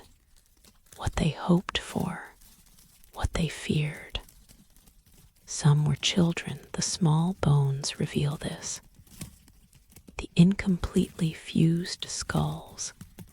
the evidence of lives cut short, of deaths that must have devastated parents who are themselves likely here, themselves bones in the walls, themselves part of the collective, reunited perhaps, or perhaps forever separated, because there is no way to know, no way to distinguish, no way to reunite what death separated and relocation scattered, and the passage of time has rendered anonymous. Some were revolutionaries, perhaps, died during the terror, were buried in mass graves, and later transferred here. Their political passion and ideological commitment reduced to bones, indistinguishable from those of the aristocrats they overthrew, from the priests they persecuted, from everyone who lived during those turbulent years when France transformed itself through violence, through the guillotine that made corpses, through the wars that made more corpses, through the diseases and accidents and natural deaths that always make corpses, the ordinary mortality that continues regardless of political events, that claims everyone eventually, that fills ossuaries and catacombs and the earth itself with the remains of those who briefly walked the surface, briefly lived, briefly mattered to someone before becoming bones, becoming anonymous, becoming part of the collective 6 million who rest beneath Paris. The catacombs are open to tourists now. A small section carefully prepared, lit with electric lights, made safe with walkways and barriers, transformed from horror into attraction, from memento mori into educational experience, from the empire of death into museum, where death is observed rather than confronted, witnessed rather than felt, kept at safe distance by the framing that tourism provides. The tickets and guides and rules that mediate the experience, that prevent the full impact that direct encounter might produce. But even mediated, even framed as tourist attraction, the bones speak. They accumulate presence through sheer number, through the repetition of skulls and femurs, through wall after wall after wall of stacked remains, through the slow realization that this continues, that the ossuary extends in multiple directions, that you are seeing only fraction of the 6 million, that most remain in darkness, in chambers tourists never visit, in the depths where the catacombs extend beneath the city streets, holding their millions, keeping their silent watch, resting in patterns or in chaos, arranged or piled, decorative or simply stored, all of them bones, all of them once people, all of them now the collective dead of Paris, the empire of death that the inscription promised, that the ossuaries deliver, that the catacombs preserve in their limestone chambers beneath the city that continues above, that grows and changes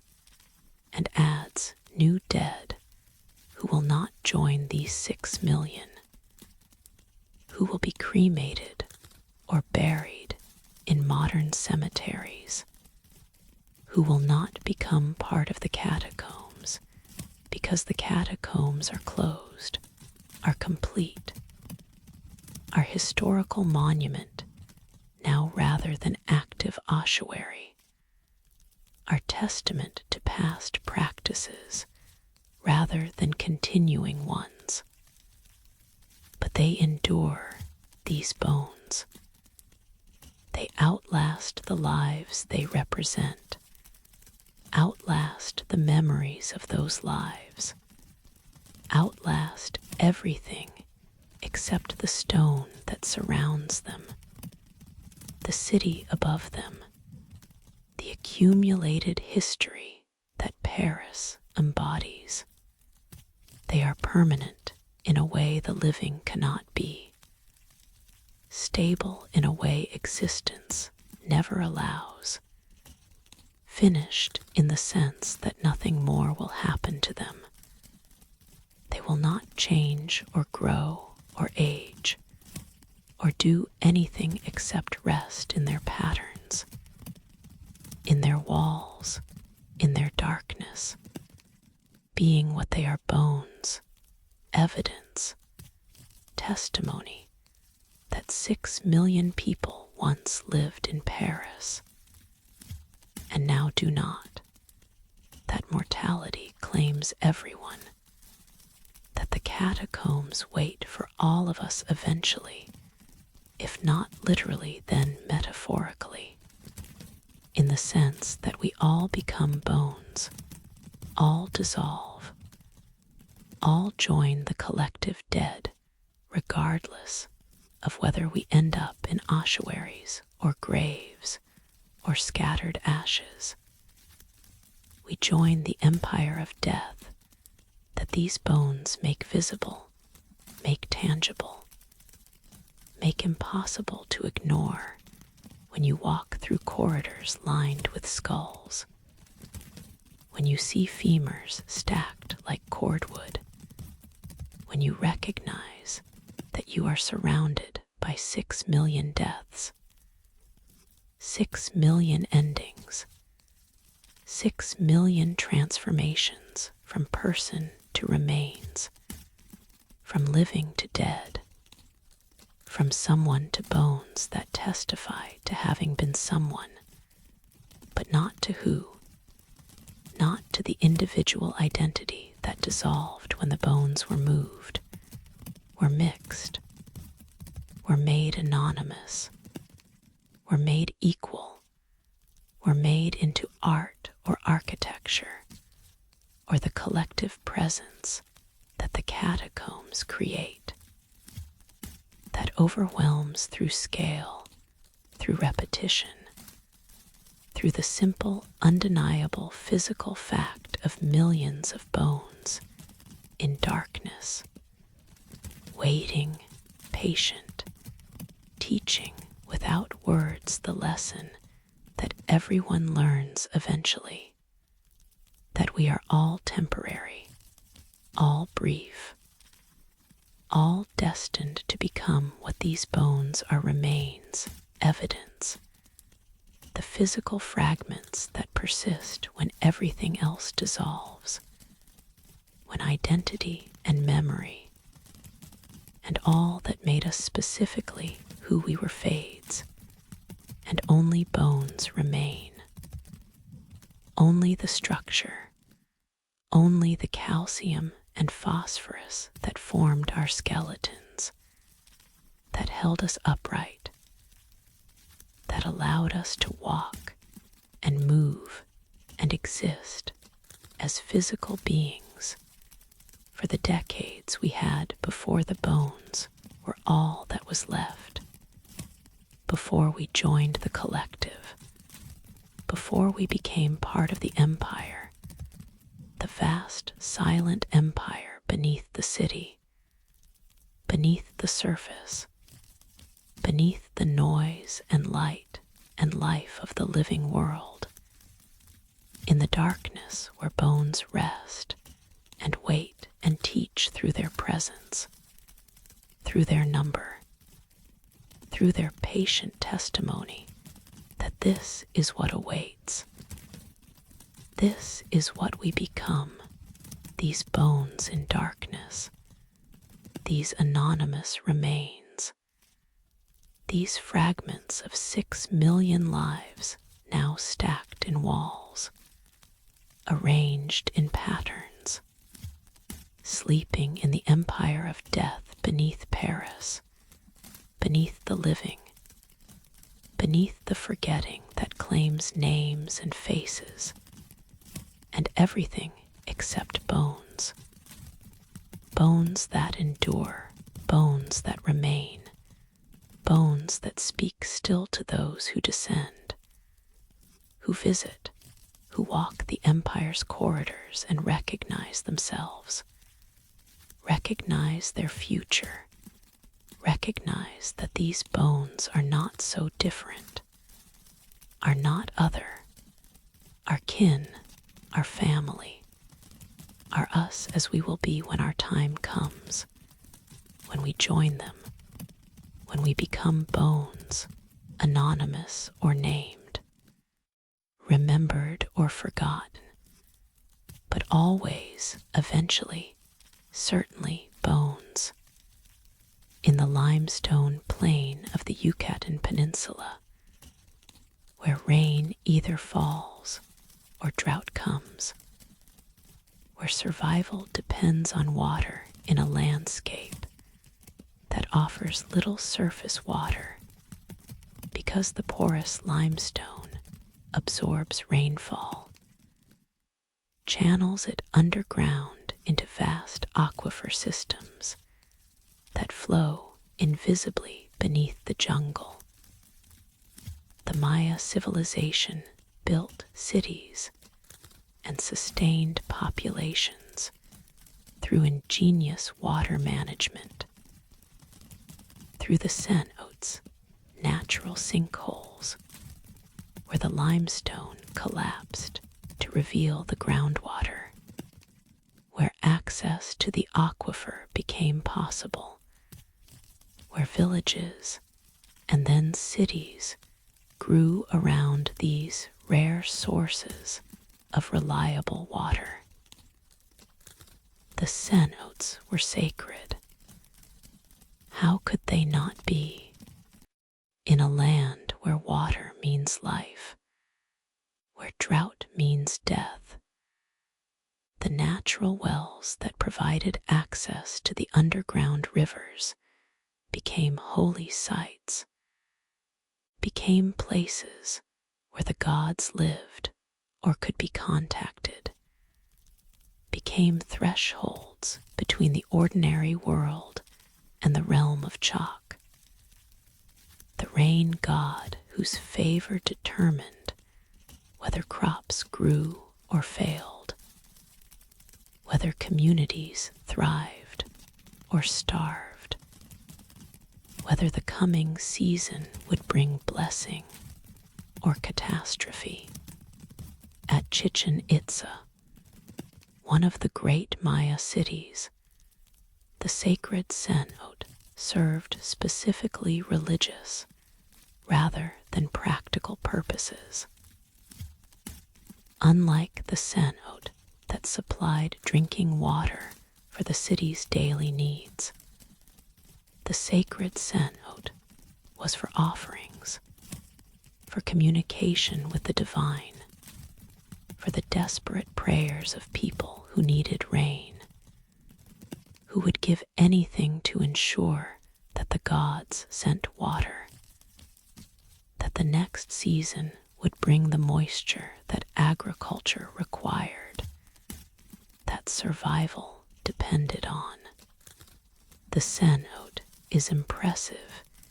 even without understanding its sacred function. A circular opening in the limestone, approximately 150 feet in diameter, with sheer vertical walls dropping 60 feet to water below. The water itself is deep another 40 feet of murky green liquid, filling the bottom of the sinkhole, creating pool that is still, that is dark, that reflects the sky above while concealing its depths, that holds what was thrown into it across centuries of Maya civilization, across the long period when Chichen Itza flourished, and the sacred cenote received offerings meant to please the gods, to convince them to send rain, to maintain the relationship between humans and divine forces that controlled survival. Dredging the cenote in the early 20th century revealed what had been offered: jade, gold, pottery, incense burners, textiles, rubber, copal, resin, all valuable materials thrown into water where they could not be recovered, surrendered permanently to the gods, demonstrated devotion through the irrevocability of the offering, through the permanent loss that sacrifice requires. And bones, human bones, the remains of men, women, children thrown into the sacred cenot during times of crisis, during drought, during the desperate moments when normal offerings seemed insufficient, when something more precious needed to be given, when human life became the currency offered to divine powers in hope of receiving water, receiving rain, receiving the mercy that would allow the community to continue, to survive, to make it through to the next season, when perhaps normal offerings would suffice, when perhaps the crisis would pass, when perhaps the gods would be satisfied and the rain would return. The bones show signs of violence, fractured skulls, broken limbs suggesting the victims did not jump willingly, were not volunteers, were thrown or pushed, were killed before or during their descent into the cenot, were sent to the gods as unwilling messengers, as sacrifices in the literal sense, lives taken to preserve other lives, individuals offered for the collective, the few dying so the many might live through the rain that their deaths were meant to purchase from gods who demanded such prices, who required blood and life, and the most precious offering humans could give. Modern sensibilities recoil. The idea of human sacrifice disturbs us, seems barbaric, seems like evidence of primitive thinking, of religious practices we have outgrown, of the bad old days before enlightenment, before we understood that gods, if they exist, do not require human blood, that rain comes from meteorological processes, not divine favor, that sacrificing people accomplishes nothing except murder. But the Maya who threw victims into the sacred cenot did not see it as we see it. They saw it as necessity, as the proper response to crisis, as the relationship with divine forces that their religion described, that their priests interpreted, that their experience seemed to confirm. When they offered jade and the rains came, they learned that offerings pleased the gods. When they offered humans during more severe droughts, and the rains came as they eventually must know drought lasts forever, they learned that human sacrifice worked, that the gods accepted these most precious offerings, that lives could be traded for water, that death could purchase life, that the terrible calculus of sacrifice made sense within their framework, within their understanding of how the world worked, how gods operated, how humans maintained relationship with forces beyond their control. We cannot simply dismiss this as superstition. We can recognize it as different understanding, as religious practice that served social and psychological needs, even if it failed to actually control weather,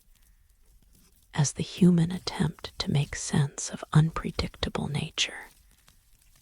to create feeling of agency in situations where agency was limited,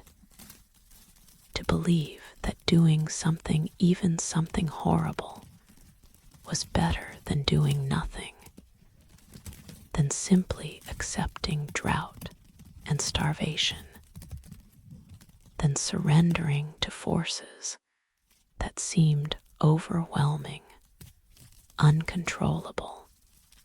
indifferent to human suffering. The sacrifice created meaning, created action, created the belief that humans could influence outcomes, that the gods were listening, that relationships between human and divine could be maintained through proper offerings, through the willingness to give what was most precious when circumstances demanded it, through the terrible devotion that says, "We will give everything. We will give our children. We will give ourselves if that is what is required to ensure the community survives, to maintain the rain, to keep the relationship with powers that control our fate." And perhaps sometimes, in the strange psychology of crisis, the sacrifice served social purposes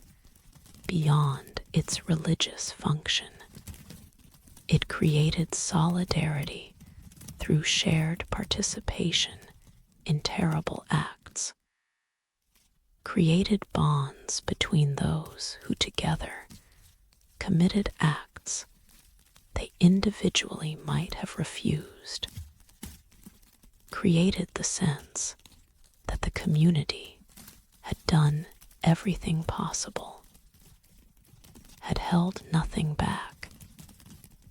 had given the gods no reason to withhold rain,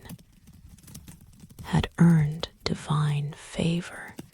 through the magnitude of their sacrifice. When the rain came as it eventually did, as meteorology rather than divine response, the sacrifice was confirmed, was proven effective, was established as the proper response to severe drought, to be repeated when necessary, to be maintained as part of the religious practices that governed Maya life, that structured their understanding of how to maintain balance, how to ensure survival, how to navigate the unpredictable climate of the Yucatan, where rain is everything and drought is death. And water management is sacred as much as practical. The sacred cenote still exists, is still visited, is now tourist attraction rather than active religious site, is framed as historical curiosity rather than continuing practice. You can look into it, can see the green water 60 feet below, can imagine the moment of throwing, of the victim's fall, of the splash, of the sinking into depths from which there was no return, from which recovery was impossible, into water that held them permanently, that claimed them for the gods, that made them offerings that could not be taken back, that that demonstrated through their irrevocability the seriousness of the request, the desperation of the need, the hope that this would be enough, that the gods would be satisfied, that the rain would come. And you can acknowledge the complexity, can recognize that human sacrifice was both terrible and meaningful, both murder and sacred act, both crime by our standards and religion by theirs, both evidence of practices we have abandoned and testimony to the universal human need to feel we can influence outcomes, can affect our fate, can negotiate with powers beyond our control through offerings, through sacrifice, through the giving of what is precious in hope of receiving what is necessary. The bones in the cenote testify to this complexity, to the Maya civilization's sophistication and its brutality, its achievements and its violence, its architectural genius and its religious practices that required human death, its ability to build great cities and to throw children into wells, to create art and astronomy and mathematics, while also creating sacrifice, while also killing, while also demonstrating that civilization is never pure, never simply good or bad, always contains both creation and destruction, both beauty and horror, both the impulse to build and the willingness to sacrifice, both the highest expressions of human capacity and the darkest manifestations of human fear, human desperation, human belief that the gods must be appeased, must be fed, must be given what they demand, or else the rain will not come. The crops will fail. The civilization will collapse into the drought that the sacred cenote was meant to prevent, that the sacrifices were meant to avert, that the bones at the bottom represent the price paid, the lives given, the terrible offerings thrown into green water in hope that gods would be moved, would respond, would send rain to the people who had given everything, who had held nothing back, who had demonstrated their devotion through the most precious offering possible, human life thrown into the sacred cenote, sinking into darkness, becoming bones among bones, becoming part of the accumulated sacrifice. The countless offerings across centuries of Maya civilization, of drought and rain, of desperate prayers answered or not answered, of gods pleased or indifferent, of sacrifices that worked or didn't work, but continued anyway because belief persisted, because hope remained, because the alternative accepting that drought was simply weather, that gods did not control it, that sacrifice accomplished nothing, was more terrible than continuing the practice, than maintaining the belief, than throwing more offerings, more precious objects,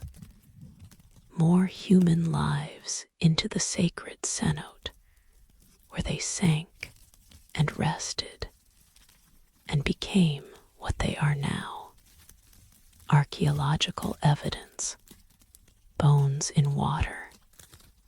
testimony to a civilization that built great cities and practiced human sacrifice, that achieved remarkable things and did terrible things, that was complex and contradictory and fully human in all the ways that humans are complex and contradictory, capable of both extraordinary achievement and extraordinary cruelty, both artistic brilliance and religious violence, both the creation of beauty and the destruction of life, the sacred cenote holding all of it, containing all the contradictions, the green water dark with what it holds, what it has held across centuries since the last sacrifice, since the last victim fell, since the last time the Maya threw precious objects and human lives into the depths in hope that the gods would respond, that the rain would come, that the offering would be enough. On the Norwegian island of Spitsbergen, in the Svalbard archipelago, near the Arctic Circle, built into the side of a mountain, in one of the most remote and stable locations on Earth, a tunnel penetrates permafrost to reach a vault where the future waits in frozen suspension, where seeds sleep at temperatures that keep them viable for centuries, where agricultural diversity is preserved against the catastrophes that threaten it, where humanity has created insurance against our own worst tendencies, against the simplification and loss that industrial agriculture produces, against the possibility that we might need to restore what we are currently destroying. The Svalbard Global Seed Vault is monument to both fear and hope. Fear that we are losing diversity too quickly, that climate change and monoculture and the pressures of feeding 8 billion people are driving agricultural simplification, are causing varieties to go extinct, are creating vulnerability through the narrowing of genetic base that crops depend on. Hope that preservation is possible, that what we save now can be recovered later, that the seeds sleeping in permafrost can be awakened when needed, can restore varieties that have been lost, can provide the genetic material necessary to adapt agriculture to changing conditions, to breed new varieties that can resist new diseases, tolerate new climates, feed populations in circumstances we cannot currently predict. The location was chosen carefully. Svalbard is remote, unlikely to be affected by wars or civil unrest that might threaten seed banks in more populated regions. It is geologically stable no volcanic activity,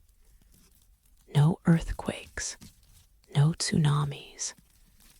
no natural disasters that might damage the vault or make it inaccessible.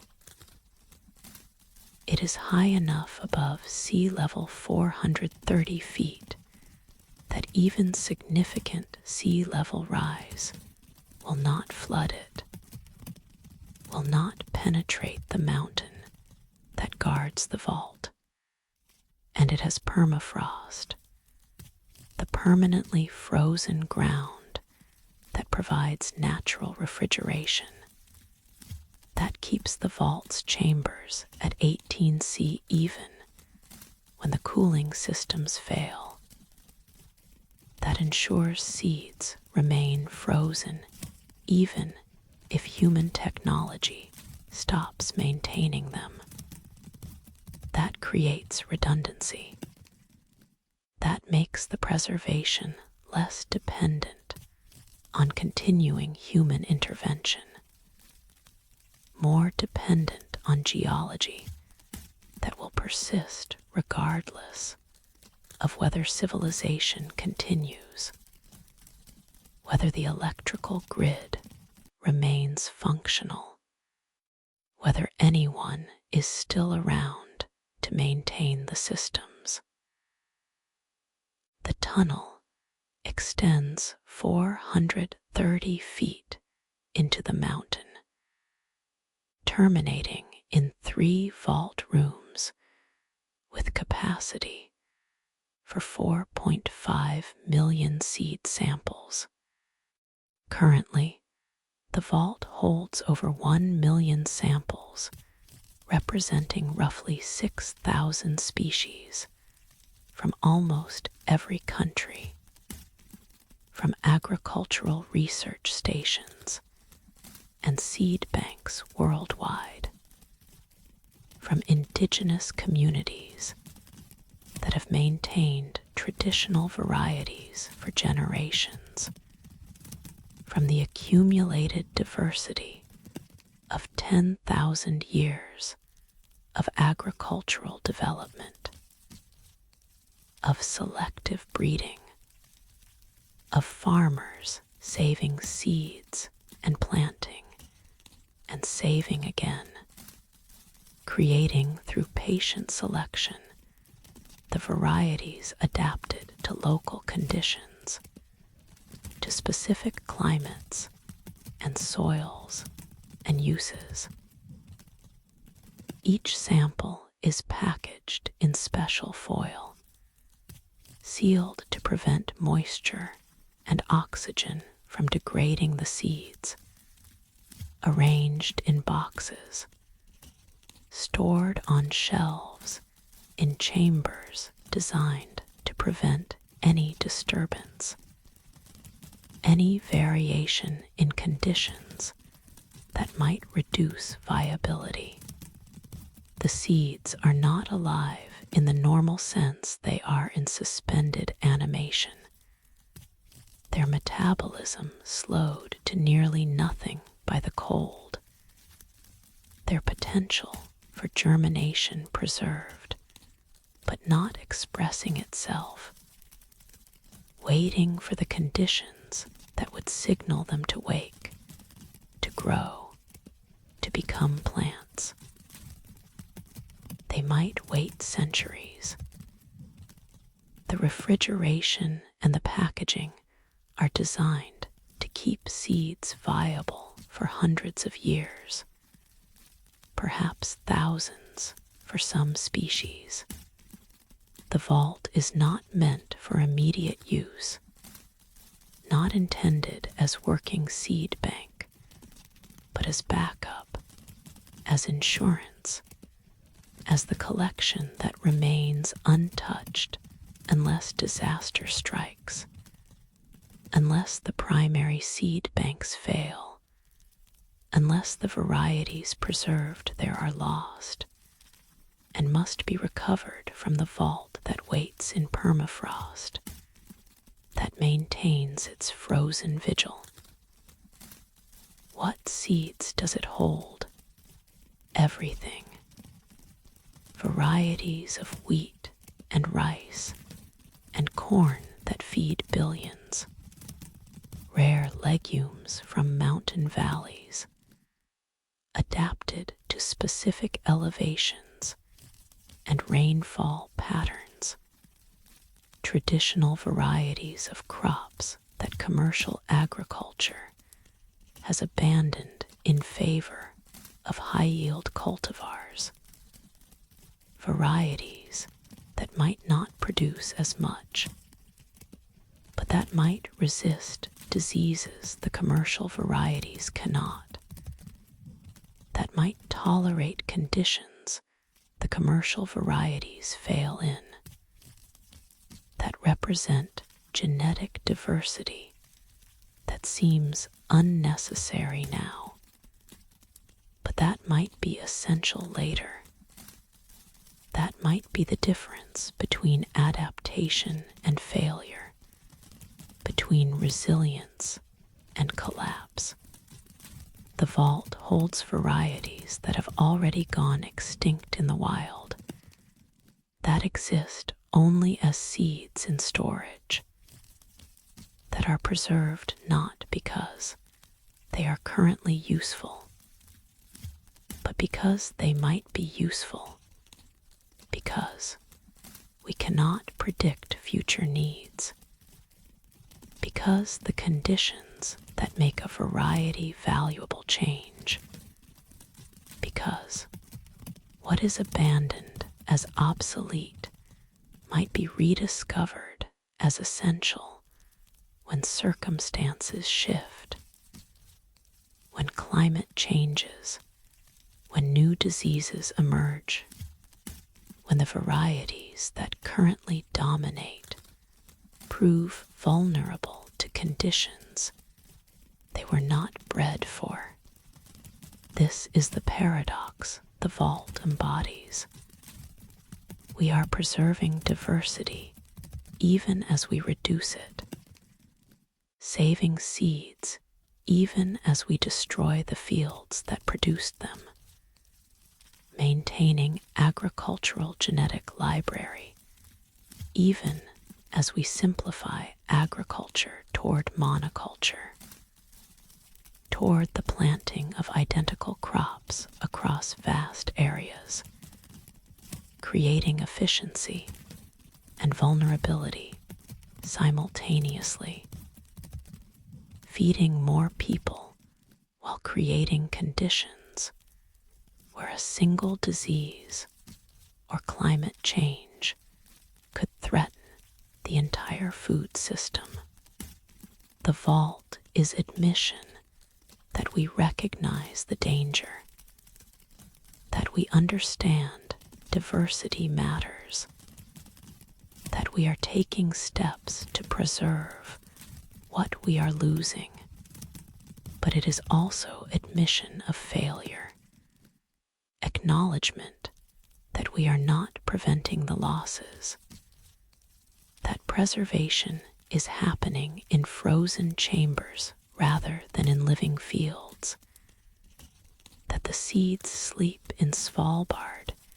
instead of being planted by farmers,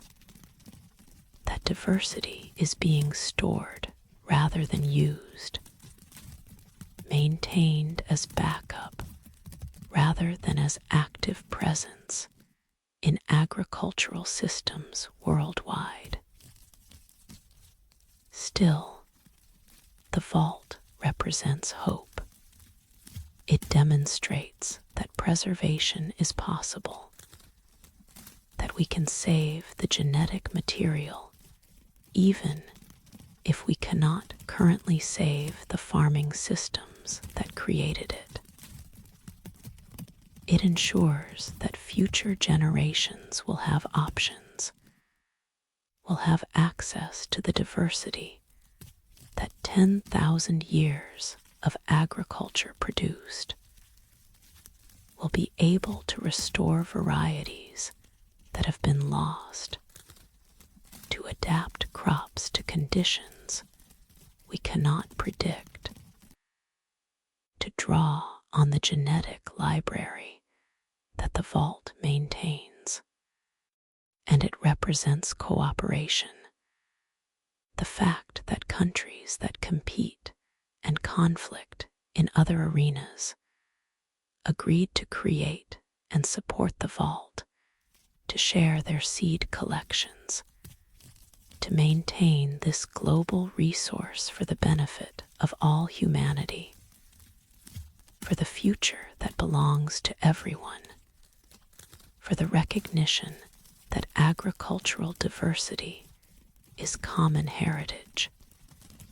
is too important to be controlled by any single nation, must be preserved for all, must be available to all when needed.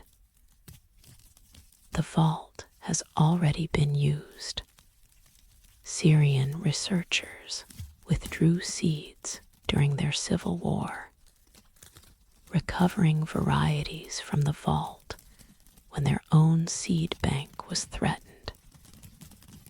demonstrating that the insurance works, that the backup functions, that preservation in Svalbard serves its purpose,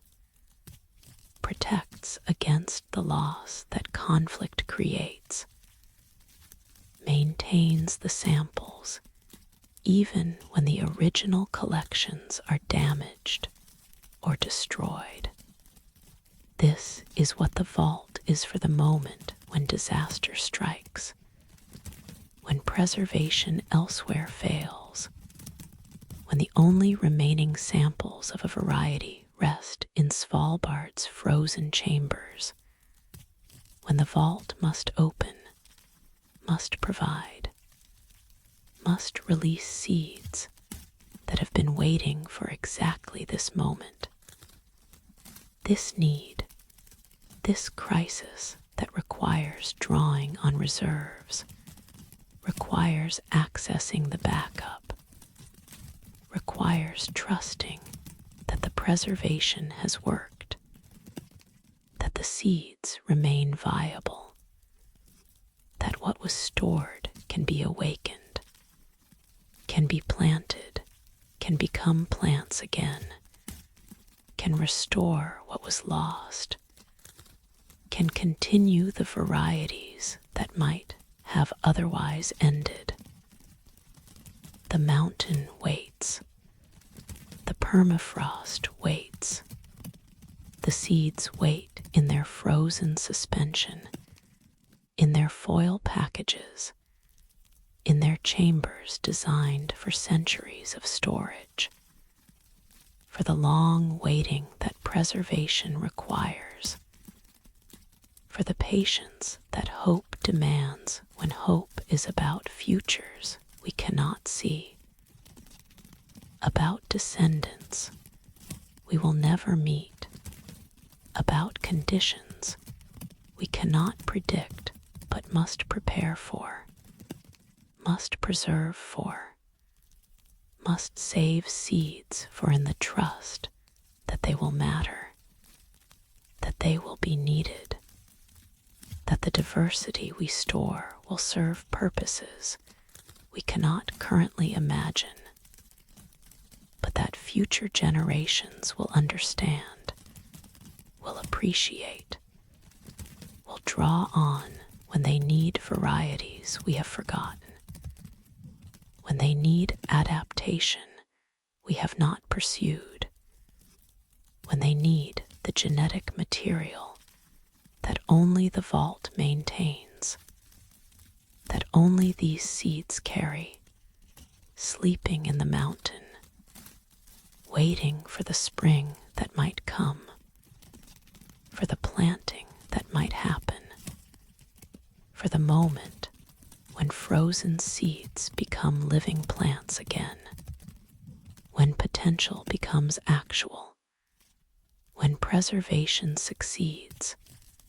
when the vault fulfills its purpose by providing what it has protected, by releasing what it has kept, by ensuring that agricultural diversity survives the simplification we are currently imposing, that future agriculture has options we are currently eliminating, that the seeds in the mountain can awaken when awakening matters, can grow when growing becomes necessary, can restore when restoration is required. The vault beneath the mountain holding the future in frozen seeds, in preserved potential, in the sleeping diversity that waits for spring, for thaw, for the day when the mountain releases what it holds, when the seeds return from their long sleep, when preservation proves its worth by enabling continuance, by providing what is needed, by maintaining through patience what impatience threatened, by keeping through care what carelessness endangered, by holding in frozen darkness what light and warmth will eventually call back to life, back to growth, back to the fields where they belong, where they will grow again if we need them, if we remember them, if we choose to plant what the vault has kept, to restore what we simplified, to recover what we lost. The seeds waiting patient and frozen and viable still, holding futures in their forms, holding possibilities in their genes, holding hope in the simple fact of their preservation, their suspended animation, their long, patient waiting in the vault beneath the mountain, the seeds that might save us, that might feed us, that might adapt when adaptation is required, that sleep now in permafrost, in darkness, in the cold that preserves, that waits, that holds the future safe until the future needs it, until the future calls for it,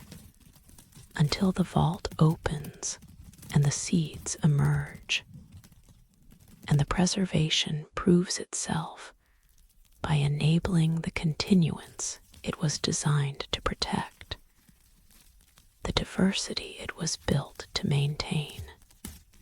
the hope it was created to preserve, that what we save will matter, that what we store will be used, that the seeds in the mountain will wake and grow and become food and continuation, and the living proof that preservation works, that hope is justified, that the future can draw on the past,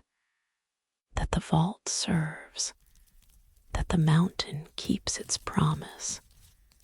that the seeds sleep safe until they are needed, and then, when needed, they wake. Conclusion rests now in the knowledge that beneath the surface, in chambers and caves and vaults scattered across the world, preservation continues. The bones rest in their arrangements. The seeds sleep in permafrost. The paintings glow in sealed tombs. The crystals grow in heated water. The hands reach from cave walls. All of it waiting, all of it keeping vigil, all of it testifying to human capacity for creating meaning, for preserving beauty, for honoring mystery, for leaving marks that outlast us. The caves have held us and our secrets for as long as we have had secrets to hide, treasures to preserve, dead to honor. offerings to make. They will continue holding, continue keeping, continue maintaining the patient watch that stone keeps best, that darkness preserves most thoroughly, that the earth provides when we entrust to it what matters most. Sleep well among the ancient secrets buried in forgotten caves, among the mysteries preserved in darkness, among the testimonies to presence carved and painted and arranged and stored, speaking still to those who descend, who listen, who honor through attention what time has hidden but not destroyed, what distance has obscured but not eliminated, what forgetting has touched but not erased completely. The ancient secrets waiting in caves, in chambers, in the deep places where we hide and preserve and honor what we cannot keep on the surface, what requires the earth's protection, the stone's shelter, the darkness's mercy, the cave's patient keeping of what we give it, what we trust it with, what we know will outlast us if it rests in the right place, in the sacred space, in the caves that have always held our mysteries and always will, patient as stone, deep as earth, dark as the sleep that takes you now, that holds you now, that keeps you safe as caves keep safe what is given to them, what rests in their depths, what sleeps in their darkness, the ancient secrets, the buried treasures, the preserved mysteries, the hidden truths, all sleeping, all waiting, all kept safe in caves beneath the surface, beneath the light, beneath the forgetting, in the deep places where memory lives, where the past persists, where the ancient secrets sleep and dream, and wait for those who descend, who seek, who remember that beneath the surface, in the darkness, in the caves, the mysteries wait, the secrets keep, the ancient voices whisper still to those who listen, who descend, who find what has been buried, what has been hidden, what has been kept safe in the chambers beneath the earth, in the vaults beneath mountains, in the caves where secrets sleep and wait, and sometimes, when we are very quiet, very patient, very still, they speak. Sleep well. The caves are watching. The mysteries are waiting. The ancient secrets rest in their darkness, patient and eternal, keeping vigil over what we have given them, what we have hidden in their depths, what sleeps there still. Good night.